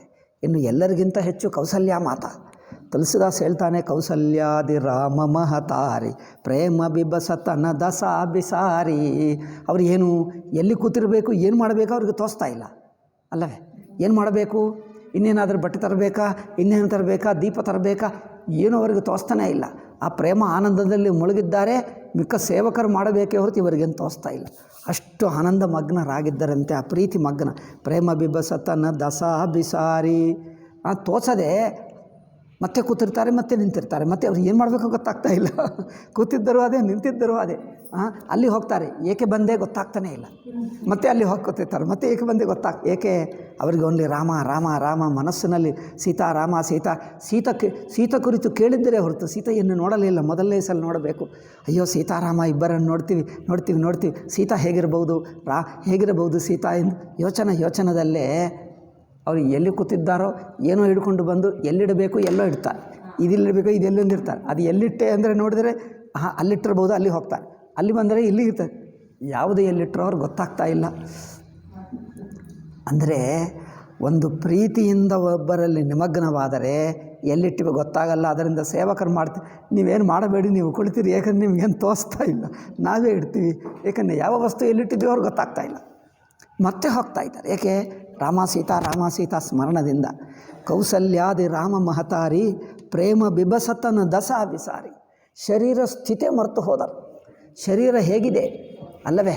ನಾವು ಏನಾದರೂ ಅಲಂಕಾರ ಮಾಡ್ಕೊಂಡಿದ್ದೀವ, ತಿಲಕ ಹಚ್ಕೊಂಡಿದ್ದ, ಏನು ಅವ್ರಿಗೆ ಸ್ಮರಣೆನೇ ಇಲ್ಲ. ಯಾರೋ ನೋಡಿ ತಿಲಕ ಇಲ್ಲ, ಆಯ್ತಾ ತಿಲಕನ ಆಯ್ತಾ, ಅವಾಗ ಅದು ಏನಿದೆಯೋ ಗೊತ್ತಿಲ್ಲ, ಏನು ಮಾಡಬೇಕೋ ಗೊತ್ತಿಲ್ಲ. ತಿನ್ನುವಕ್ಕೇನೂ ಆಗಲ್ಲ. ತಿನ್ನುವ ಟೈಮ್ ಆಯಿತು. ಈಗ ನೋಡಿ, ಅವರು ನಗರ ಹೊರಕ್ಕೆ ಬಂದಿದ್ದರೆಂದು ಶಂಖಧ್ವನಿ ಕೇಳಿಸ್ತಾ ಇದೆ ಎಂದು. ಇನ್ನೂ 2 ಕಿಲೋಮೀಟರ್ ಅಂತೆ. ಅವರು ನಿಧಾನವಾಗಿ ಹಾಡುತ್ತಾ ಡ್ಯಾನ್ಸ್ ಮಾಡುತ್ತಾ ಆ ಕುದುರೆಗಳು ಅದೆಲ್ಲ ಬರುವಕ್ಕೆ ಎಷ್ಟೊತ್ತಾಗ್ತದೋ. ನೀವು ಕುಡಿಯಿರಿ ತಿನ್ನಿರಿ ನಮ್ಮೋ ತೋಚಲ್ಲ. ಅವ್ರು ಕುಡಿಯೋಕ್ಕಾಗ್ತಾ ಇಲ್ಲ. ಏನಾದರೂ ಹಾಲು ಕೊಟ್ಟರೆ, ಇನ್ನೇನು ಕೊಟ್ಟರೆ ಕುಡಿಯೋಕ್ಕಾಗ್ತಾ ಇಲ್ಲ, ತಿನ್ನೋಕ್ಕಾಗ್ತಾ ಇಲ್ಲ. ಮೊದಲವರು ನೋಡುವವರೆಗೂ. ಅವ್ರು ಯಾವಾಗ ಬರ್ತಾರೋ ತುಂಬ ಟೈಮ್ ಆಗ್ತದೆ. ಸೇವಕಿಯರು ಹೇಳ್ತಾರೆ, ಅವರು ಕೇಳಲ್ಲ, ಬೇಡ ನಾನು ತಿನ್ನೋಕ್ಕಾಗಲ್ಲ. ಏಕೆ? ಬಾಯಿಗೆ ಹೋಗೋದೇ ಅಲ್ಲ. ಯಾಕಂದರೆ ಅವ್ರು ನೋಡಬೇಕು ಮೊದಲು, ನೋಡಿದ ನಂತರ ತಿನ್ನೋಣ, ಅದು ಬೇರೆ ವಿಷಯ. ಅಂದರೆ ಹಾಗೆ ಪ್ರೇಮ ಬಿಬಸತನ ದಸ ಬಿಸಾರಿ. ಇದೆಲ್ಲ ಅವರು ಹೇಳ್ತಾರೆ. ಭಕ್ತಿಶಾಸ್ತ್ರದಲ್ಲಿ ಪ್ರೇಮ ಸ್ಥಿತಿ ವಿವಿಧ ಸಂದರ್ಭದಲ್ಲಿ ಹೇಗಿರುತ್ತದೆ, ಕೈ ಹೇಗಿರುತ್ತದೆ, ಕಾಲು ಹೇಗಿರುತ್ತದೆ, ಶರೀರ ಹೇಗೆ, ಮನಸ್ಸು ಹೇಗೆ, ಪ್ರಾಣ ಹೇಗೆ, ಉಸಿರು ಹೇಗೆ, ಇದೆಲ್ಲ ಹೇಳ್ತಾರೆ. ಇದರ ಮೇಲೂ ದೊಡ್ಡ ಪುಸ್ತಕ ಗ್ರಂಥಗಳಿವೆ. ಏನದು? ಭಕ್ತಿ ರಸ ಸಿಂಧು ಇನ್ನೊಂದಿದೆ. ಇನ್ನೊಂದು 2-3 ಇವೆ ಸಂಸ್ಕೃತದಲ್ಲಿ ಪುಸ್ತಕಗಳು. ಅದರಲ್ಲಿ ವಿವಿಧ ಭಕ್ತಿ ಸ್ಥಿತಿಯಲ್ಲಿ ಹೇಗಿರುತ್ತದೆ ಅದು ವರ್ಣನ. ಅದೆಲ್ಲ ಹೆಸರು ಹೇಳಿದರೆ ಮತ್ತೆ ನನ್ನನ್ನು ಹೇಳಿಸ್ತಾರೆ. ನಾನು ಬೇಡ, ಸುಮ್ಮನೆ ಹೇಳಬಾರ್ದು, ಆಯಿತು ಬಿಡು, ಹೀಗೆಲ್ಲ ಮತ್ತೆ ಅದು ಹೇಳಿ ಅಂತ ಹೇಳಿಬಿಡ್ತಾರೆ. ಸುಮ್ಮನೆ ಹೇಳಿದ್ದೀನಿ ಇಂಥದ್ದಿದೆ ಅಂದಷ್ಟೇ. ಎಲ್ಲ ಪುಸ್ತಕ ಹೇಳುವಕ್ಕೆ ಹೋದರೆ ಅದು ನಾನು ಟೈಮ್ ಇರುವಾಗ ಓದ್ಕೊಳ್ತೀನಿ ಅಷ್ಟೇ. ಸೊ ದಿಯೇ ದಾನ ಬಿಪ್ರನ ಬಿಬುಲ, ಆನಂದದಿಂದ ಏನೋ ಒಂದು ಒಳ್ಳೆಯ ಕೆಲಸ ಮಾಡಬೇಕು. ಅದು ನೋಡಿ, ಪ್ರೇಮದ ಲಕ್ಷಣ ಏನೆಂದರೆ ತಾನು ಪ್ರೇಮದಲ್ಲಿ ಮುಳುಗಿ ಹೋದರೆ ಇನ್ನೊಬ್ಬರನ್ನು ಹಿಂಸೆ ಮಾಡಲ್ಲ. ಅದು ನಿಜವಾದ ಪ್ರೇಮದ ಲಕ್ಷಣ. ಇನ್ನೊಬ್ಬರಿಗೆ ಒಳ್ಳೆಯದು ಮಾಡ್ತಾರೆ, ತನಗೆ ಭೋಗಬುದ್ಧಿ ಹೋಗುತ್ತದೆ, ತನ್ನ ವೈಯಕ್ತಿಕ ಸೌಕರ್ಯ, ತನ್ನ ವೈಯಕ್ತಿಕ ಸುಖ ಮಾಡಿಕೊಳ್ಳಲ್ಲ, ತನ್ನ ವೈಯಕ್ತಿಕ ಸುಖ ಭೋಗ ಅನುಭವಿಸಲ್ಲ. ಒಂದು.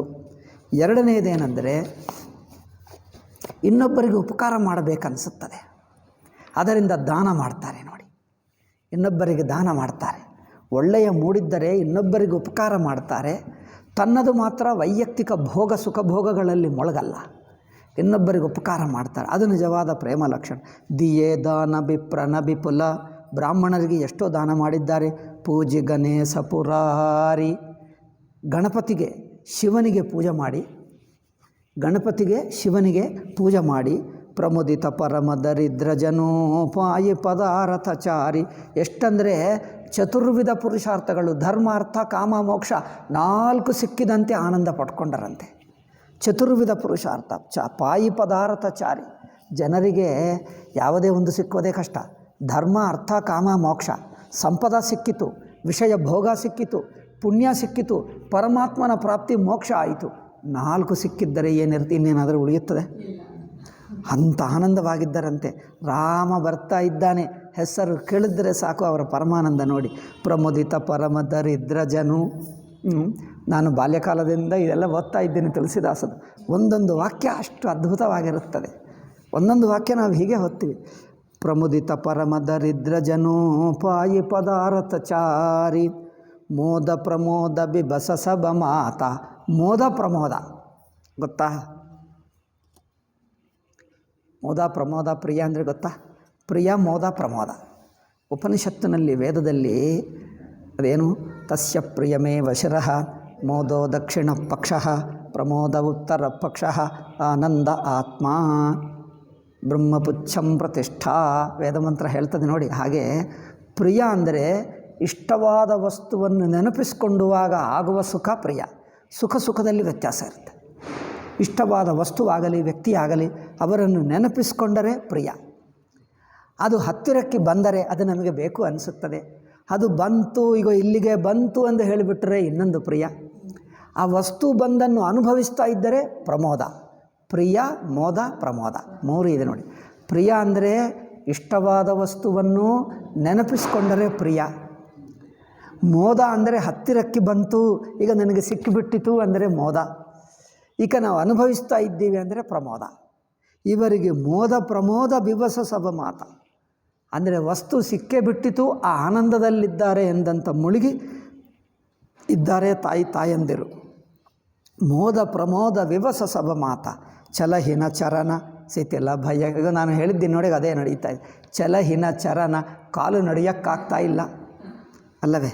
ಶಿಥಿಲ ಭಯ ಗಾತ, ಕಾಲು ನಡೆಯೋಕ್ಕಾಗ್ತಾ ಇಲ್ಲ. ಕೈಯಿಂದ ಯಾವುದು ಮುಟ್ಟಬೇಕೋ ಎಲ್ಲಿಡಬೇಕೋ ಗೊತ್ತಾಗ್ತಾ ಇಲ್ಲ ಅಲ್ಲವೇ? ಕಾಲು ನಡೆಯೋಕ್ಕಾಗ್ತಾ ಇಲ್ಲ, ಶರೀರವೆಲ್ಲ ಶಿಥಿಲವಾಯಿತಂತೆ.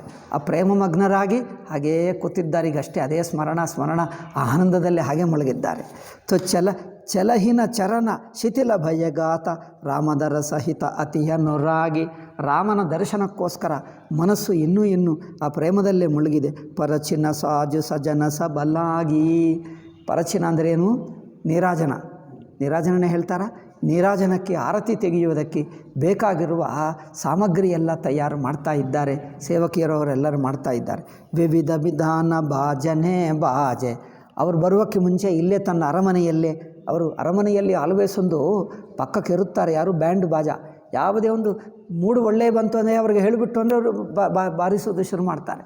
ಅವರು ಡೇ ಎಲ್ಲ ಕೆಲಸ ಅದು 24 ತಾಸು ಬಾರಿಸುವಕ್ಕಿಯ. ದೊಡ್ಡ ದೊಡ್ಡ ಅರಮನೆಗಳಲ್ಲಿ ಬ್ಯಾಂಡು ಬಾಜಾ ಅವರಿಗೆ ಒಂದು ಕುಟುಂಬಕ್ಕೆ ಫುಲ್, ಒಂದು ಅಗಸ ಫುಲ್ ಅವರ ಕೆಲಸನೇ. ಅರಮನೆಯಲ್ಲಿ ಅವರ ಕುಟುಂಬಕ್ಕೆ ಒಂದು ಅಗಸ, ಅವರ ಕುಟುಂಬಕ್ಕೆ ಒಬ್ಬ ಇವನು ಹಜಾಮ ಅಂದರೆ ಏನು? ಬಾರ್ಬರ್. ಅವರ ಕುಟುಂಬಕ್ಕೆ ಒಬ್ಬರು ಫುಲ್, ಅವರ ಪೂರ್ತಿ ಕೆಲಸ ಅವ್ರಿಗೆ ಇರುತ್ತಾರೆ. ಇನ್ನೊಂದು ಬಟ್ಟೆ ಅದೇನು ಹೊಲಿಸುವುದಕ್ಕೆ ಅವರು ಫುಲ್ ಒಂದು ಕುಟುಂಬ ಅಲ್ಲೇ ಇರ್ತದೆ. ಏಕೆ? ಇವರಿಗೆ ಯಾವಾಗ ಮೂಡು ಬಂದರೆ ತಕ್ಷಣವೇ ಮಾಡಿಸಬೇಕಲ್ಲ, ಅದೆಲ್ಲ ಅರಮನೆ. ಅರಮನೆ ದೊಡ್ಡ ರಾಜರು, ದೊಡ್ಡ ಸಂಪದರು ಒಬ್ಬದು ತಮಗೋಸ್ಕರನೇ ಇಟ್ಕೊಳ್ತಾರೆ. ನಾವು ಯಾವುದು ಬೇಕಂದರೆ ಅಲ್ಲಿ ಒಂದು ಅಂಗಡಿ ಇರುವ ಹಾಗೆ ಒಂದು ಅಂಗಡಿ ಇರುತ್ತದೆ ಅವರಿಗೆ. ಯಾವುದೇ ವಸ್ತುವಾಗಲಿ ಒಂದು ಅಂಗಡಿ ಪೂರ್ತಿ ಅವರಿಗೆ, ಯಾವುದೇ ವಸ್ತುವಿನ ಅಂಗಡಿ ಪೂರ್ತಿ ಅವರಿಗೆ. ಚಪ್ಪಲಿ ಬೇಕಂದರೆ ಒಂದು ಚಪ್ಪಲ್ ಅಂಗಡಿ ಇರ್ತದೆ ಪೂರ್ತಿ ಅವರು ಯಾವುದು ಬೇಕಂದ್ರೆ ನೀವು ತಗೋ, ಮತ್ತು ಸಲ ಬಂದರೆ ಅದು ಬಿಸಾಕು, ಮತ್ತು ಇನ್ನೊಂದು ಫಂಕ್ಷನ್ಗೆ ಇನ್ನೊಂದು ಊರಿಗೆ ಹೋಗಬೇಕು, ಇನ್ನೊಂದು ಚಪ್ಪಲಿ ತಗೋ, ಇದು ಮುಗಿತಪ್ಪ, ಇದು ಬೇಡ, ಮತ್ತು ಇನ್ನೊಂದು, ಅಷ್ಟೇ.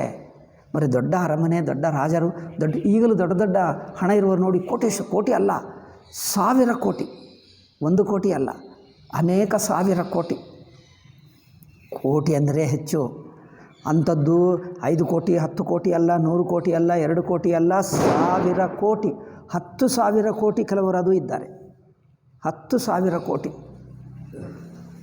ಮೊನ್ನೆ ಯಾಲೋ ವಿಶಾಖಪಟ್ಟಣಕ್ಕೆ ಹೋಗಿದ್ದೇವೆ, ನನ್ನ ಕಣ್ಣಿಂದು ನೋಡಿದ್ದೆ ನೋಡಿ. ಅಲ್ಲಿ ತೋರಿಸುವುದಕ್ಕೆ ಹೋದರೆ ಅವರು ಡಾಕ್ಟರ್, ಆ ಡಾಕ್ಟರೇ ಅಲ್ಲದೆ ಅವ್ರಿಗೆ ದೊಡ್ಡ ಬಿಸ್ನೆಸ್ಸು ಇದ್ದಂತೆ.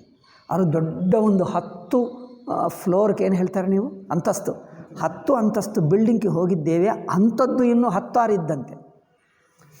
ಅವರು ನಮ್ಮ ಜೊತೆಗೆ ನಮ್ಮನ್ನು ಕರ್ಕೊಂಡು ಹೋಗೋರು ಏನು ಮಾತಾಡ್ತಾ ಇದ್ದಾರೆ, ಅವರು ಸ್ವಲ್ಪ ಹೇಳಿದ ನಂತರ ನಾನು ಪಕ್ಕಕ್ಕೆ ಕೂತಿದ್ದೆ ಎಂದು ನಾನು ಪಕ್ಕಕ್ಕಿದೆ ಇಲ್ಲ ಅಂದ್ಕೊಂಡು ಅವ್ರು ಮಾತಾಡ್ತಾ ಇದ್ದಾರೆ. ಏನದು, ಅವ್ರು ನನ್ನ 100 ಕೋಟಿ ತೊಗೊಂಡರು, ಇನ್ನೂ ಕೊಟ್ಟೇ ಇಲ್ಲ. ಅವರು 100 ಕೋಟಿ ತೊಗೊಂಡ್ರೆ ಅಂತ ಕೊಟ್ಟೇ ಇಲ್ಲ, ಅವ್ರನ್ನ ಬೈಯುತ್ತಾ ಇದ್ದಾರೆ. ಅಮ್ಮ, ಇವರ ಲೆಕ್ಕಗಳು ನೋಡಿ, ಇವರ ಲೆಕ್ಕಗಳು ಒಂದು 100 ರೂಪಾಯಿ ಇದ್ರು 100 ರೂಪಾಯಿ 200 ರೂಪಾಯಿ ಅಲ್ಲ, 100 ಕೋಟಿ ತೊಗೊಂಡನಂತೆ ಅವ್ರು ಕೊಟ್ಟಿಲ್ಲ ಎಂದು ಅವ್ರು ಬೈಯುತ್ತಾ ಇದ್ದಾರೆ. ಓ, ಇವರು ದೊಡ್ಡದೇ, ಸಣ್ಣ ವಿಷಯ ಅಲ್ಲ ಇದು. ಅಂದರೆ 100 ಕೋಟಿ ಕೊಟ್ಟಿಲ್ಲ ಅಂದರೆ ಇವ್ರ ಹತ್ರ ಇನ್ನೆಷ್ಟು ಕೊಟ್ಟಿರ್ಬೋದು.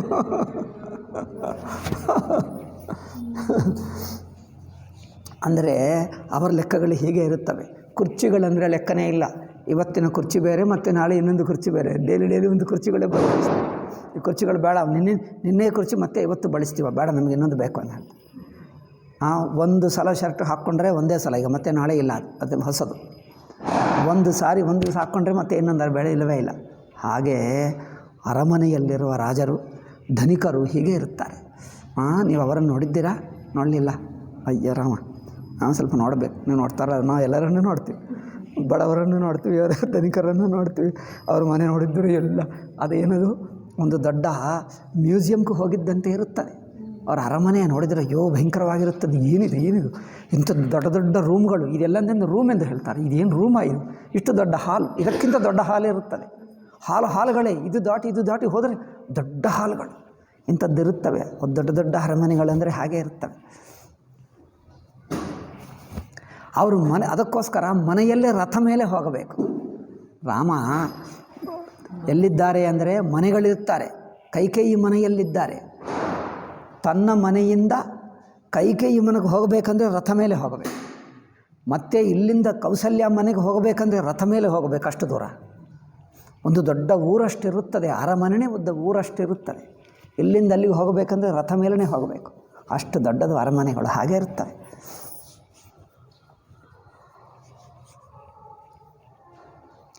ಅದೆಲ್ಲ ಅಂಥದ್ದೇ ಇತ್ತು, ದೊಡ್ಡ ದೊಡ್ಡ ಅರಮನೆಯೇ. ಅದೆಲ್ಲ ನಾಶ ಮಾಡಿಬಿಟ್ಟು ಈ ಬಾಬರ್ ಮಸೀದು ಕಟ್ಟಿರುವುದರಿಂದ ಅದೆಲ್ಲ ನಾಶವಾಗಿ ಮತ್ತೆ ಮಂದಿರ ಕಟ್ಟಬೇಕಾಯ್ತು. ಪೂರ್ವದಲ್ಲಿ ಆ ಜಾಗ ಎಲ್ಲ ಹಾಗೇ ಇತ್ತು, ದೊಡ್ಡ ಅರಮನೆಯನ್ನು ಅಂತ ಹಾಗೇ ಇತ್ತು. ಅದೆಲ್ಲ ಇವರು ನಾಶ ಮಾಡಿಬಿಟ್ಟರು. ಈಗ ನಮ್ಮದು ಕೊಡು ಅಂದರೆ ಅವ್ರಿಗೆ ಎಷ್ಟು ಕೋಪ ಬರ್ತದೋ. ನಾವೇನೋ ಕಟ್ಟವರಂತೆ, ಭಯಂಕರ ನೀಚ ರಾಕ್ಷಸರಂತೆ, ಅಯ್ಯೋ ಪಾಪ ಅವರಿಗೆ ಅನ್ಯಾಯ ಮಾಡುತ್ತಿದ್ದಂತೆ. ನೋಡಿ ಎಷ್ಟು ದುಷ್ಟರು. ನಮ್ಮದು ತೊಗೊಂಡು ವಾಪಸ್ ಕೊಡು ಅಂದರೆ ಎಷ್ಟು ಗಲಾಟೆ ಮಾಡಿ, ಅಯ್ಯೋ ನಮಗೆ ಅನ್ಯಾಯ, ನಮ್ಮನ್ನು ಬದುಕೋಕ್ಕೆ ಬಿಡ್ತಾ ಇಲ್ಲ, ನಮಗೆ ಉಸಿರು ಮಾಡೋಕ್ಕೆ ಆಗ್ತಾಯಿಲ್ಲ, ಊಟ ಮಾಡೋಕ್ಕೆ ಆಗ್ತಾಯಿಲ್ಲ ನಮ್ಮನ್ನು ಮಾತಾಡ್ತಾರೆ. ಹಾಗೆ ಮಾತಾಡ್ತಾ ಇದ್ದಾರೆ. ಈಗಲೂ ಅದೇ ದುಷ್ಟರು. ಈ ದುಷ್ಟರನ್ನು ತಾಟಕ್ಕೆ ನೋಡಿದ ತಕ್ಷಣವೇ ಸಾಯಿಸಿಬಿಟ್ರೆ ಹಾಗೆ ಮಾಡಬೇಕು. ತಾಟಕ್ಕೆ ನೋಡಿದ ತಕ್ಷಣವೇ ಸಾಯಿಸಿದ್ವಿ, ಎಲ್ಲರಿಗೂ ಅದೇ ಬೇಕು. ತಕ್ಷಣವೇ ಸಾಯಿಸಬೇಕು. ಈ ಯಾರು ಇಷ್ಟು ಲಕ್ಷಾಂತರ ಜನರಿದ್ದ ಎಲ್ಲರೂ ತಕ್ಷಣವೇ ಸಾಯಿಸಬೇಕು. ಯಾರು ಬದುಕಬಾರದು, ಎಲ್ಲರೂ ಪಾಪಾತ್ಮರು, ಭಯಂಕರ ಪಾಪಾತ್ಮರು. ಆದರೂ ನಾವು ರಾಕ್ಷಸರ ಮಧ್ಯೆ, ರಾಕ್ಷಸರು ಕಾಡಿನಲ್ಲಿಲ್ಲ, ರಾಕ್ಷಸರೇ ಕಾಡಾಗಿಬಿಟ್ಟರು. ಆ ಕಾಡಿನಲ್ಲಿ ನಾವು ಬದುಕುತ್ತಾ ಇದ್ದೀವಿ. ಹಾಗಿದೆ ನಮ್ಮ ದುರ್ಗತಿ. ರಾಕ್ಷಸರ ಕಾಡಿನಲ್ಲಿ ನಾವು ಬದುಕುತ್ತಾ ಇದ್ದೀವಿ. ಅಷ್ಟು ಭಯಂಕರವಾಗಿದೆ. ಬಿಬಿದ ಬಿದಾನ ಬಾಜನೆ ಬಾಜೆ ಮಂಗಲ ಮುದಿತ ಸುಮಿತ್ರ ಸಾಜೆ. ಸಂತೋಷದಿಂದ ಸುಮಿತ್ರ ಮಿಕ್ಕ ಜನರೆಲ್ಲ ತಮ್ಮ ತಮ್ಮ ಮಂಗಳ ವಸ್ತುಗಳು ತಾವು ಅಲಂಕಾರ ಮಾಡಿಕೊಂಡರು. ಮಂಗಳ ವಸ್ತುಗಳೆಲ್ಲ ರೆಡಿ ಮಾಡಿಸ್ತಾ ಇದ್ದಾರೆ. ಹರದದ್ದು ಬದದಿ ಪಲ್ಲವ ಪೋಲ. ಏಕೆಂದರೆ ಶುಭ ಶಕುನವಾಗಿ ವಸ್ತುಗಳು ಅವರು ಎದುರಾಗಿ ಇಟ್ಕೊಂಡರೆ ಅವರಿಗೆ ಒಳ್ಳೆಯದಂತೆ. ಅದಕ್ಕೋಸ್ಕರ ಹೇಳ್ತಾರೆ ನೋಡಿ, ಮಂಗಲ ಸೂಚಕ ವಸ್ತುಗಳು ಏನೇನಿರುತ್ತವೋ ನಾವು 1-2 ತೋರಿಸ್ತೀವೇನು, ಪೂರ್ಣಕುಂಭ ತೋರಿಸ್ತೀವಿ. ಇನ್ನೇನಾದರೂ ಒಳ್ಳೆಯದಿದ್ದರೆ ಏನದು ಮಾವಿನ ಏನು ಹೇಳ್ತಾರೆ, ಟ್ವಿಗ್ಗಕ್ಕೆ ಸೊಪ್ಪಿನ ಅದಿರ್ತದೆ ನೋಡಿ, ಅದಕ್ಕೆ ತೋರಣ ಹೇಳ್ತಾರ? ಅದಲ್ಲ, ಅದು ತೋರಣ, ಅದರ ಪೀಸ್ ಟ್ವಿಗ್ಗಕ್ಕೆ ಏನು ಹೇಳ್ತಾರೆ? ಕೊಂಬೆ ಅಂತ. ನಾವು ಯಾವುದೇ ಒಂದೋ ಎರಡೋ ಶುಭ ಶಕುನ ಮಾಡ್ತೀವಿ ಸಾಕು. ಇವರು ರಾಜರು ಅಲ್ಲವೇ, ಸಂಪದ ಇರುವವರು ಶಾಸ್ತ್ರದಲ್ಲಿ ಹೇಳಿರುವ ಶುಭ ಶಕುನಗಳು ಒಂದು 10-20 ತಂದು ಬಿಡ್ತಾರೆ. ಇದು ಶಕುನ ಅಂದರೆ ಎಲ್ಲ ತರಿಸುವ ಎಂದು ಹೇಳ್ತಾರೆ. ಏಕೆಂದರೆ ಅವರಿಗೆ ಹಣ ಇದೆ, ಸೇವಕರಿಗೆ. ಇನ್ನೊಂದು, ಸೇವಕರಿಗೆ ಕೆಲಸ ಬೇಕಲ್ಲವೇ, ಅವರು ಸುಮ್ಮನೆ ಕೂತ್ಕೊಂಡು ಏನು ಮಾಡಬೇಕು? ಅವರಿಗೆ ಕೆಲಸ ಮಾಡಬೇಕು, ಸಂಬಳ ಕೊಡಬೇಕು. ಯಾಕಂದರೆ ಇದು ಬೇಕಪ್ಪ ತೊಗೊಂಡು ಬಾ, ಒಬ್ಬನು ಮಾವಿನ ಏನದು ಎಲೆಗಳು ತೊಗೊಂಡು ಹೋಗ್ತಾನೆ, ಇನ್ನೊಂದು ಹೇಳ್ತಾನೆ. ಒಬ್ಬೊಬ್ಬರಿಗೆ ಒಂದೊಂದು ಕೆಲಸ, ಬೇಕಾದಷ್ಟು ಕೆಲಸಗಳಿರುತ್ತವೆ, ಎಲ್ಲರ ವಸ್ತುಗಳು ತರ್ತಾರೆ. ಎಲ್ಲರಿಗೆ ಸಂಬಳ ಕೊಡುವುದು ಅವ್ರ ಜೀವನ ಆಗುವುದು, ಅವ್ರಿಗೆ ಆಗಬೇಕಲ್ಲವೇ. ಆದ್ದರಿಂದ ಅವರಿಗೆ ಸಂಬಳ ಕೊಟ್ಟು ಸೇವಕರನ್ನು ಇಟ್ಕೊಳ್ತಾರೆ, 100 ಸೇವಕರು. ಏನು, ಒಬ್ಬೊಬ್ಬನಿಗೆ ಒಂದೊಂದು ಕೆಲಸ.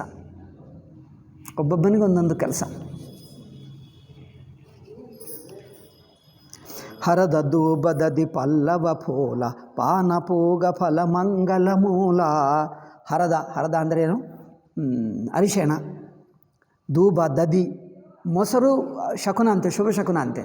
ಮೊಸರು, ಪಲ್ಲವ ಅಂದರೆ ಚಿಗುರು ಹೇಳ್ತಾರೆ ನೋಡಿ, ಗಿಡಗಳ ಸಣ್ಣ ಚಿಗುರು, ಅದು ಫೂಲ, ಹೂಗಳು ಶಕುನ, ಇವೆಲ್ಲ ತರಿಸಿಬಿಟ್ಟಾರೆ. ಏಕೆಂದರೆ ಕಂಡು ಬರುವಾಗ ಎಲ್ಲ ಪವಿತ್ರವಾಗಿ, ಯಾವುದು ನೋಡಿದ್ದರೂ, ಎಲ್ಲಿ ನೋಡಿದ್ದರೂ, ಟೇಬಲ್ ಮೇಲೆ, ಎಲ್ಲ ಕೆಳಗೆ, ಭೂಮಿ ಮೇಲೆ, ಗೋಡಲ ಮೇಲೆ, ಕೈ ಮೇಲೆ ಎಲ್ಲ ಶುಭ ಶಕುನವೇ ಕಂಡು ಬರಬೇಕು. ಯಾವುದು ಅಪಶಕುನ ಅನಿಸಬಾರದು. ಇದಕ್ಕೆ ನೋಡ್ತಾ ಇದ್ದೀವಿ ಅಂತ ಅನಿಸಬಾರದು. ಯಾವುದು ನೋಡಿದ್ದರೂ ಶುಭ ಶಕುನ ಹಾಗೆ ಅನಿಸಬೇಕು. ಅದರಿಂದ ಪಾನ ಪೂಗ ಫಲ, ಏನದು ಪೂಗ ಫಲ ಅಂದರೆ ಈ ಅಡಿಕೆ ಹೂಗಳದು. ಮಂಗಲ ಮೂಲ, ಅಕ್ಷತಗಳು, ಅಂಕುರ ಅಂದರೆ ಮೊಲಕೆಗಳಿರ್ತವೆ ನೋಡಿ. ಕೆಲವು ಧಾನ್ಯಗಳು ಮೊಲಕೆ ಹಾಕ್ತಾರೆ. ಮೊಲಕೆ ಈಗ ಏಕೆ ಅಂದರೆ ಸೇವಕರು ಇರುತ್ತಾರೆ, ಮೊದಲೇ ಮಾಡಿರ್ತಾರೆ. ಪ್ರತಿ ದಿವಸ ಯಾವುದೋ ಒಂದು ಮಾಡ್ತಾರೆ. ಅವರಿಗೇನಪ್ಪ, ನಾವು ಮೊಲಕೆ ಬೇಕು ಅಂದರೆ ದಿವಸ ತರಬೇಕನ್ನೋ ದಿವಸ ಏನೋ ಸ್ವಲ್ಪ ಮಾಡ್ತಾರೆ. ಮಾಡಿ ಒಂದು ದಿವಸ ಮಾಡಿ ಇಟ್ಕೊಳ್ತಾರೆ. ಬೇಕಾಗಿರೋ ದಿವಸ ತಕ್ಷಣವೇ ಹೇಗೆ ಸಿಗಬೇಕು? ಅವರು ಪ್ರತಿ ದಿವಸ ಸ್ವಲ್ಪ ಮಾಡ್ಕೊಳ್ತಾರೆ. ಈಗ ಇವತ್ತು ಸಂಧ್ಯೆ ಆಯಿತು, ಇದರ ಉಪಯೋಗವಿಲ್ಲ ಅಂದರೆ ಆ ದಿವಸ ಅಡುಗೆ ಮಾಡಿಕೊಂಡು ತಿಂತಾರೆ, ಮತ್ತು ಇನ್ನೊಂದು ತಯಾರು ಮಾಡಿಡ್ತಾರೆ. ಈಗ ಅವರು ಬಳಕೆ ಇದ್ದರೆ ಕೊಡ್ತಾರೆ, ಬಳಕೆ ಇಲ್ಲ ಅಂದರೆ ಅವರು ಅಡುಗೆ ಮಾಡಿಕೊಂಡು ತಿಂತಾರೆ. ಹಾಗೆ ಪ್ರತಿ ದಿವಸ ಯಾವಾಗ ಬೇಕು ಅಂದರೆ ಅವರಿಗೆ ಹೇಳು ಅಂದರೆ ತಕ್ಷಣ ಮೊಲಕೆ ತಂದು ಬಿಡ್ತಾರೆ. ನಮಗೆ ಇಷ್ಟೆಲ್ಲ ಬಾಕು ಅಂದರೆ ಸೇವಕರು, ಅವರಿಗೆ ಕೆಲಸ ಇಷ್ಟೆಲ್ಲ ಆಗುತ್ತದೆ, ನಮ್ಮಿಂದ ಆಗಲ್ಲ. ಅವರು ಅರಮನೆಯಲ್ಲಿ ಎಲ್ಲ ಇರುತ್ತವೆ, ಎಲ್ಲ ರೆಡಿ. ಯಾವುದು ಬೇಕಾದ್ರೆ ಮೊಲಕೆ ತಗೊಂಡು ಬಾ, ಅಕ್ಷತ ತಗೊಂಡು ಬಾ, ಶುದ್ಧವಾದ ಅಕ್ಕಿ. ನಮಗೆ ಕೊಡುವ ಅಕ್ಕಿ ಹೇಗಿರುತ್ತದೆ? ಅಕ್ಕಿ ಅಲ್ಲಿಟ್ಟರೆ ತಂದರೆ ಅದೆಲ್ಲ ಕೆಲವು ದಿವಸಕ್ಕೆ ಅಂಟ್ಕೊಂಡು ಬಿಡ್ತವೆ ನೋಡಿ, ಏನದು ಹುಳ ಬೆಳೆದು. ಅದು ಅವ್ರ ಜನರಿಗೆ ಏನಾದರೂ ಮಂತ್ರಾಕ್ಷತೆ ಕೊಡಿ ಅಂದರೆ ಎಲ್ಲ ಆ ಹುಳನೇ ಇರುತ್ತದೆ. ಈಗ ಹುಳ ನೋಡಿ ಪಕ್ಕಕ್ಕಿಟ್ಟು ಹುಡುಕಿ ಆ ಎಲ್ಲ ಅಕ್ಕೆಲ್ಲ ಅದೇ ಇರ್ತದೆ. ಕೊನೆಗೆ ಏನೋ ಮಾಡಬೇಕು, ಈಗ ಹಾಗೆ ಆಗ್ತದೆ. ಅದರಿಂದ ಅದು ಅಥವಾ ಅಕ್ಕಿ ಮುಗಿದರೆ ಇನ್ನೊಂದು ಅಕ್ಕಿ ಬರಲ್ಲ. ಹೇಳಿ ಅಂದರೆ ಅಯ್ಯೋ ಸ್ವಾಮೀಜಿ ಮಂತ್ರಾಕ್ಷತೆ ಕೊಳ್ಳಿ, ಅವನು ಬಾಯಿ ಬಿಟ್ಟು ಕೇಳ್ತಾರೆ.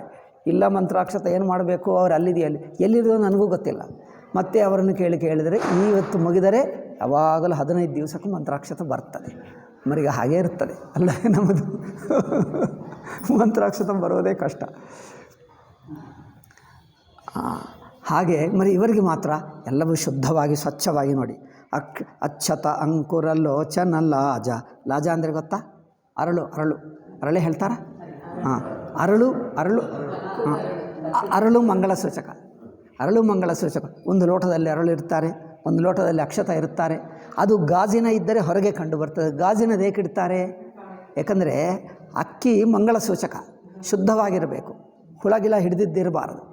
ಅಕ್ಕಿ ಕಂಡು ಬರಬೇಕಂದ್ರೆ ಹತ್ತಿರಕ್ಕೆ ಬಂದಾಗ ಕಂಡು ಬರ್ತದೆ. ದೂರದಿಂದ ಕಂಡು ಬರಬೇಕಂದ್ರೆ ಗ್ಲಾಸಿಂದ ಇಟ್ಟರೆ ದೂರದಿಂದ ಕಂಡು ಬರ್ತದೆ.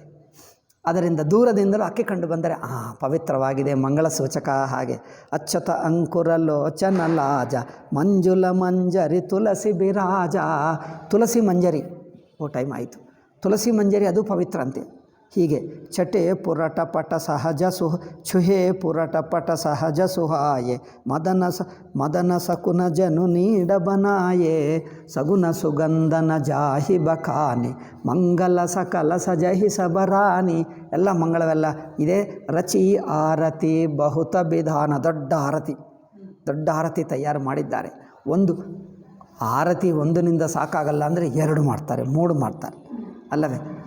ಅವ್ರಿಗೇನು ಬೇಕಾದಷ್ಟು ಹಣ ಇದೆ, ಸೇವಕರಿದ್ದಾರೆ, ವಸ್ತುಗಳಿದೆಲ್ಲ ಕ್ಲೀನ್ ಮಾಡ್ಕೊಂಡು ಬಾ ಅಂದರೆ ಕ್ಲೀನ್ ಮಾಡ್ಕೊಂಡು ತರ್ತಾರೆ, ಎಲ್ಲ ರೆಡಿ ಮಾಡ್ತಾರೆ. ರಚಿ ಆರತಿ ಬಹುತ ವಿಧಾನ ಮುದಿತ ಕರಹಿ ಕಲ ಮಂಗಲ ಗಾನ. ಅದಕ್ಕೋಸ್ಕರ ಜನರು, ಸಾಮಾನ್ಯ ಜನರು ಇಂಥದ್ದು ಮಂಗಳ ಅದೆಲ್ಲ ಆರತಿ ನೋಡಬೇಕಂದ್ರೆ ಯಾವುದೋ ಮದುವೆ ಆದಾಗಲೇ ನೋಡ್ತೀವಿ. ಮದುವೆನ ಪ್ರತಿ ದಿವಸ ಆಗ್ತದೆ, ಯಾವಾಗಲೂ 2 ವರ್ಷ 5 ವರ್ಷಕ್ಕೊಂದು ಸಲ ಮದುವೆ ನೋಡಲಿಕ್ಕೆ ಹೋಗ್ತಾರೆ. ಈ ಕಾಲದಲ್ಲಿ ಟಿ ವಿಗಳು ಸಿನಿಮಾಗಳು ಬಂದಿವೆ, ಪ್ರತಿ ದಿವಸ ನೋಡಬಹುದು. ಅದಕ್ಕೋಸ್ಕರ ವಸ್ತುಗಳು ಭೋಗ ಹೆಚ್ಚಾಗುವುದರಿಂದ ಅದರ ಬೆಲೆ ಹೋಯಿತು. ಪೂರ್ವಕಾಲದಲ್ಲಿ ಊಟ ಅಂದರೆ ಯಾವಾಗಲೂ ಹಬ್ಬ ದಿವಸ ತಿನ್ನುತ್ತಿದ್ದಾರೆ, ಸ್ಪೆಷಲ್ ಸಿಹಿ.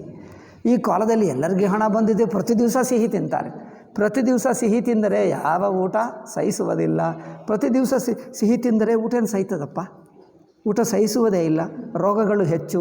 ಅದರಿಂದ ಪ್ರತಿಯೊಬ್ಬರು ಮನೆಗೆ ಒಂದು ಸ್ಪೆಷಲ್ ಶುಗರ್ ಡಾಕ್ಟರ್ ಅಲ್ಲವೇ, ಶುಗರ್ ಸ್ಪೆಷಲಿಸ್ಟ್ ಡಾಕ್ಟರನ್ನು ಇಟ್ಕೊಳ್ಳಬೇಕು. ಪ್ರತಿ ದಿವಸ ಸಿಹಿ ತಿಂದರೆ ಇನ್ನೇನಾಗಬೇಕು? ಪ್ರತಿ ದಿವಸ ಸಾಮಾನ್ಯ ಊಟ ಮಾಡಿ, ಹಬ್ಬ ದಿವಸ ವಿಶೇಷ ಊಟ ಹಬ್ಬ ದಿವಸ ಏನು ಮಾಡ್ತಾರೆ? ಒಳ್ಳೆಯ ಬಟ್ಟ, ಅಲಂಕಾರಗಳು, ಸಿಹಿ ತಿನ್ನುವುದು, ಈ 3. ಡೈಲಿ ಒಳ್ಳೆಯ ಬಟ್ಟೆ ಉಟ್ಕೊಳ್ತಾರೆ, ಡೈಲಿ ಅಲಂಕಾರ ಮಾಡ್ತಾರೆ, ಡೈಲಿ ಸಿಹಿ ತಿಂತಾರೆ. ಈಗ ಹಬ್ಬ ಏನು? ಅದಕ್ಕೋಸ್ಕರ ಇದೆಲ್ಲ ರಾಜರ ಮನೆಯಲ್ಲಿ ಇರುತ್ತಿತ್ತು, ಅರಮನೆಯಲ್ಲಿ. ಈಗ ಎಲ್ಲರೂ ರಾಜರಾಗಿ ಬಿಟ್ಟರು. ಎಲ್ಲರೂ ಸಮಾನ ಅಲ್ಲವೇ? ಎಲ್ಲರೂ ಸಮಾನ ಅಂದರೆ ಎಲ್ಲರೂ ರಾಜರಾಗಿ ಬಿಟ್ಟರು. ಎಲ್ಲರೂ ರಾಜರಾಗಿ ಬಿಟ್ಟರೆ ಎಲ್ಲರಿಗೆ ರೋಗಗಳು ಬಂದಿವೆ. ಅದರಿಂದ ಶುಗರ್ ಇಂಥದ್ದು ರೋಗಗಳು ರಾಜರಿಗೆ ಬಂದಿದ್ದರೆ ಇದು ರಾಜರೋಗಗಳು ಹೇಳುತ್ತಿದ್ದರು. ಈ ಕಾಲದಲ್ಲಿ ಎಲ್ಲರೂ ರಾಜರಾಗಿ ಎಲ್ಲರೂ ರಾಜರೋಗಗಳೇ, ಎಲ್ಲರಿಗೂ ರಾಜರೋಗಗಳೇ ಅಲ್ಲವೇ? ಎಲ್ಲರೂ ಹಾಗೆ ಆಗಿಬಿಟ್ಟರು. ಪೂರ್ವ ಕಾಲದಲ್ಲಿ ಸರಳವಾದ ಜೀವನವೇ ಆರೋಗ್ಯಕ್ಕೆ ಒಳ್ಳೆಯದು, ಮನಸ್ಸಿಗೆ ಒಳ್ಳೆಯದು. ಹಬ್ಬ ದಿವಸ ಹಬ್ಬ ಅನಿಸಬೇಕು. ಈ ಕಾಲದಲ್ಲಿ ಹಬ್ಬನೇ ಅನಿಸಲ್ಲ, ಎಲ್ಲ ಕಡೆ ಪ್ರತಿ ದಿವಸ ಇರುತ್ತದೆ. ಆರತಿ ಮಂಗಳ ಎಲ್ಲ ಪ್ರತಿ ದಿವಸ ಇರುತ್ತದೆ ಅಲ್ಲವೇ. ರಚಿ ಆರತಿ ಬಹುತ ವಿಧಾನ. ಅವರಿಗೆ ಅಷ್ಟೇ ಅಲ್ಲ, ಒಂದಲ್ಲ 4-6 ಆರತಿಗಳು 10 ತುಂಬ ತೋರಿಸ್ತಾರೆ. ಆದ್ದರಿಂದ ಅದು ಜನರು ನೋಡಲಿಕ್ಕೆ ಹೋಗುತ್ತಿದ್ದರು. ಅಬ್ಬಾ, ಇಷ್ಟೆಲ್ಲ ನೋಡಿಕೊಂಡು ಬಂದಿದ್ದೇವೆ, ರಾಮಚಂದ್ರ ಸೀತಾ ಬರುವಾಗ ಆ ಅಲಂಕಾರ, ಸ್ವಾಗತ, ಸತ್ಕಾರ, ಹಬ್ಬ ನೋಡಬೇಕು. ಅದು ಒಂದು ಸಲ ನೋಡಿದ್ದರೆ ಮತ್ತೆ ಮತ್ತೆ ನೆನಪಾಗ್ತದೆ, ಆನಂದವಾಗ್ತದೆ. ಈಗ ಎಲ್ಲರ ಮನೆಯಲ್ಲಿ ಎಲ್ಲರೂ ಯಾರು ಇಷ್ಟು ಬಸ್ ಸ್ಟ್ಯಾಂಡ್ಗೆ ಹೋಗಿ ಬಂದರೆ ಸಾಕು, ಒಂದು ಅಲಂಕಾರ ಮಾಡ್ತೀವಿ ಅಂದರೆ, ಸ್ವಾಗತ ಸತ್ಕಾರ ಬ್ಯಾಂಡ್ ಬಾಜಾ ಮಾಡ್ತೀವಿ ಅಂದರೆ, ಪ್ರತಿ 5-5 ನಿಮಿಷಕ್ಕೆ ಬ್ಯಾಂಡ್ ಬಾಜಾ ಮಾಡಿದ್ದರೆ ಏನಾಗುತ್ತದೆ ಅಲ್ಲವೇ? ಇವರು ಬಸ್ ಸ್ಟ್ಯಾಂಡ್ ಹೋಗಿ ಬಂದರೆ ಮಾಡ್ತಾರೆ. ಇವರೇನು ಹಾಸನಕ್ಕೆ ಹೋಗಿ ಬಂದರೆ ಸ್ವಾಗತ ಸತ್ಕಾರ ಅಲಂಕಾರ ಮಾಡ್ತೀವಿ, ಸಿಹಿ ಮಾಡ್ತೀವಿ ಅಂದರೆ ಎಲ್ಲರೂ ಆ ರಾಜರಾಗಿ ಬಿಡ್ತಾಯಿದ್ರು. ಹೋಯಿತು ಅಲ್ಲವೇ? ಈ ಅಲಂಕಾರಕ್ಕೆ ಆನಂದವೇ ಹೋಯಿತು. ಕನಕಧಾರ ಭರಿ ಮಂಗಲನೀನ್ ಕಮಲ ಕರಿನ್ಹಲಿಯ ಮಾತನ್ ಚಲಿ ಮುದಿತ ಪರ ಚಿನಕರನ ಪುಲಕ ಪಲ್ಲವಿತ ಗಾತ. ನೀರಾಜನ ಮಾಡಲಿಕ್ಕೆ ಹೊರಟಿದ್ದಾರೆ. ಧೂಪ ಧೂಮ ನಭು ಮೇಚಕ ಭಯವು. ಧೂಪ ಅಂದರೆ ಏನು? ಆ ಧೂಪದ ಹೊಗೆ ಅವೆಲ್ಲ ತಯಾರು ಮಾಡಿದ್ದಾರೆ. ಸಾವನದ ನಗ ಮಂಡು ಜನಠಯವು ಸುರತರು ಸುಮನ ಮಾಲ ಸುರ ಬರಶಹಿ. ಈಗ ದೇವರಿಗೆ ಪುಷ್ಪವರ್ಷ ಮಾಡ್ತಾನೆ ಇದ್ದಾರೆ. ಮನಹು ಬಲಾಕ ಅವಲಿ ಮನು ಕರಹಿ ಮಂಜುಲ ಮಣಿಮಯ ಬಂದ ನಿವಾರೆ ಮನಹು ಪಾಕರಿಪು ಚಾಪ ಸಮಾರೆ ಪ್ರಗಟಹಿ ದುರಹಿ ಅಟನ ಪರಭಾಮಿನಿ. ಈಗ ಮಿಕ್ಕ ಜನರೆಲ್ಲ ಮೇಲೆ ತನ್ನ ಅರಮನೆ ಹತ್ತಿ ನೋಡ್ತಾ ಇದ್ದಾರೆ. ಅದೇ ಅಟ್ಟಿಕೆ ಹೇಳ್ತಾರೆ, ಏನು ಹೇಳ್ತಾರೆ? ಅದರ ಮೇಲೆ ಅಟ್ಟಾಲಿಕ ಮೇಲೆ ಹತ್ತಿ ನೋಡ್ತಾ ಇದ್ದಾರೆ. ದುಂದುಬಿ ಧುನಿಗನ. ಈಗ ದುಂದುಬಿ ಕೇಳ್ತಾ ಇದ್ದಾರೆ, ಹತ್ತಿರಕ್ಕೆ ಬಂದರು. ಶಬ್ದ ಹತ್ತಿರಕ್ಕೆ ಕೇಳ್ತಾ ಇದೆ. ಎಲ್ಲರೂ ಮನೆ ಮೇಲೆ, ಟೆರೇಸ್ ಮೇಲೆ, ದಾಬಾ ಮೇಲೆ ಹತ್ತಿ ನೋಡ್ತಾ ಇದ್ದಾರೆ. ಧನು ಗರಜತಿ ಘೋರ ಜಾಚಕ ಚಾತಕ ದಾದುರ ಮೋರ ಸುರ ಸುಗಂಧ ಶುಚಿ ಬರಸಹಿ ಬಾರಿ ಸುಖಿ ಸಕಲ ಸಸಿ ಪುರ ನರ ನಾರಿ. ಇಂಥದ್ದು ಯಾವಾಗಲೂ ಆಗುತ್ತಿತ್ತು ಹಬ್ಬ ಅಲ್ಲವೇ? ಬ್ಯಾಂಡ್ ಬಾಜಾ ಯಾವಾಗಲೂ ಕೇಳಿಸ್ತಿತ್ತು. ಪ್ರತಿ ದಿವಸ ಕೇಳಿದರೆ ಹೋಗುತ್ತದೆ, ಅದರ ಸೌಂದರ್ಯ ಅದರ ಹೊಗೆ ಬಿಡ್ತದೆ. ಸಮವು ಜಾನಿ ಗುರ ಆಯಸುದೀನ್ಹ. ಈಗ ಅಷ್ಟೇ, ಅವರು ನಗರಕ್ಕೆ ಬಂದು ಪುರ ಪ್ರವೇಶು ರಘುಕುಲ ಮನಿಕೀನ್ಹ. ಅಲ್ಲಿಂದ ಹೊರಗೆ ಬಂದು ತನ್ನ ನಗರ, ಪುರ ಅಂದರೆ ಏನು? ಅರಮನೆ ಭಾಗವನ್ನು ಪುರ ಹೇಳ್ತಾರೆ. ಅರಮನೆ ಸಿಬ್ಬಂದಿ ಹೇಳ್ತಾರೆ, ನೀವು ಸ್ಟಾಫ್. ಅವರಿಗೆ ಸೇವಕರು ಅವರವರು ಹೇಳಿದ್ದೀನಲ್ಲ, ಅವರಿಗೆ ಹಜಾಮ, ಅವರಿಗೆ ಬಟ್ಟೆಯನ್ನು ತಯಾರು ಮಾಡುವುದು, ಅವರು ಸೇವಕರೆಲ್ಲರೂ ಕೆಲಸ ಮಾಡುವವರಲ್ಲೇ ಇರ್ತದೆ ಅವರ ಮನೆಗಳು, ಅವರಲ್ಲೇ ಇರ್ತಾರೆ. ಸೇವಕರು, ಮಂತ್ರಿಗಳು, ಒಂದೊಂದು ಎಷ್ಟಂದರೆ ಅದು ಪುರ ಹೇಳ್ತಾರೆ. ಪುರ ಅಂದರೆ ಅರಮನೆಗೂ ಸಂಬಂಧಪಟ್ಟ ಜನರೆಲ್ಲ ಒಂದು ಕಡೆ ಇರುವುದು. ನಗರ ಬೇರೆ, ಪುರ ಬೇರೆ. ನಗರ ಅಂದರೆ ಮಿಕ್ಕ ಜನರದು, ಪುರ ಅಂದರೆ ಇದು ಅಲ್ಲಿ ಯಾವುದು. ಆದ್ದರಿಂದ ಈ ಪುರ ಜನರಂದರೆ ಅವರು ಇಂಟಿಮೇಟು ಇದಕ್ಕೆ. ಮತ್ತು ಮೇನ್ ಅರಮನೆ ಮತ್ತು ದೊಡ್ಡದು ಅದು ನೋಡಿ. ಮುಖ್ಯ ಅರಮನೆ ಒಂದು, ಅವರ ಸೇವಕರು ಸ್ಟಾಫು ಪುರ, ಮಿಕ್ಕದು ನಗರ. ನಗರಕ್ಕಿಂತ ಹೊರಗೆಂದು ಅದೇನು ಜನಪದ ಹೇಳ್ತಾರೆ. ಹಾಗೆ ಅದೆಲ್ಲ ಪೂರ್ವ ಕಾಲದಲ್ಲಿತ್ತು. ಸೊ ಅದರಿಂದ ಈಗ ತನ್ನ ಅರಮನೆಗೂ ಪುರಕ್ಕೆ ಬಂದರು. ಈಗ ಪುರ ಪ್ರವೇಶ ಮಾಡಬೇಕು. ಪುರ ದೊಡ್ಡ ಹೆಬ್ಬಾಗಿಲಿರುತ್ತದೆ, ಹೆಬ್ಬಾಗಿಲಿನಿಂದ ಪ್ರವೇಶ ಮಾಡಬೇಕು. ಈಗ ವಸಿಷ್ಠರು ಹೇಳಿಬಿಟ್ಟರು ಶುಭಶಕುನ ನೋಡಿ, ಸಮವು ಜಾನಿ ಗುರ ಆಯಸುದೀನ, ಇದು ಶುಭಶಕುನವಾಗಿದೆ, ಒಳ್ಳೆಯ ಸಮಯ, ಈಗ ನೀವು ಪ್ರವೇಶ ಮಾಡಬಹುದು ಎಂದು ಹೇಳಿದರು. ಈಗ ಅವರು ಸಂಗೀತ ಹಾಡುವುದು, ಶಂಖ ಬಾರಿಸುವುದು, ಶುಭ ಮುಹೂರ್ತದಲ್ಲೇ ರಾಮ ಸೀತಾ ಪುರದಲ್ಲಿ ಪ್ರವೇಶ ಮಾಡಿದ್ದಾರೆ. ಪುರ ಪ್ರವೇಶು ರಘುಕುಲ ಮನಿಕೀನ್ಹ ಸುಮಿರಿ ಸಂಭುಗಿರಿ ಜಾಗ್ ಗಣರಾಜ.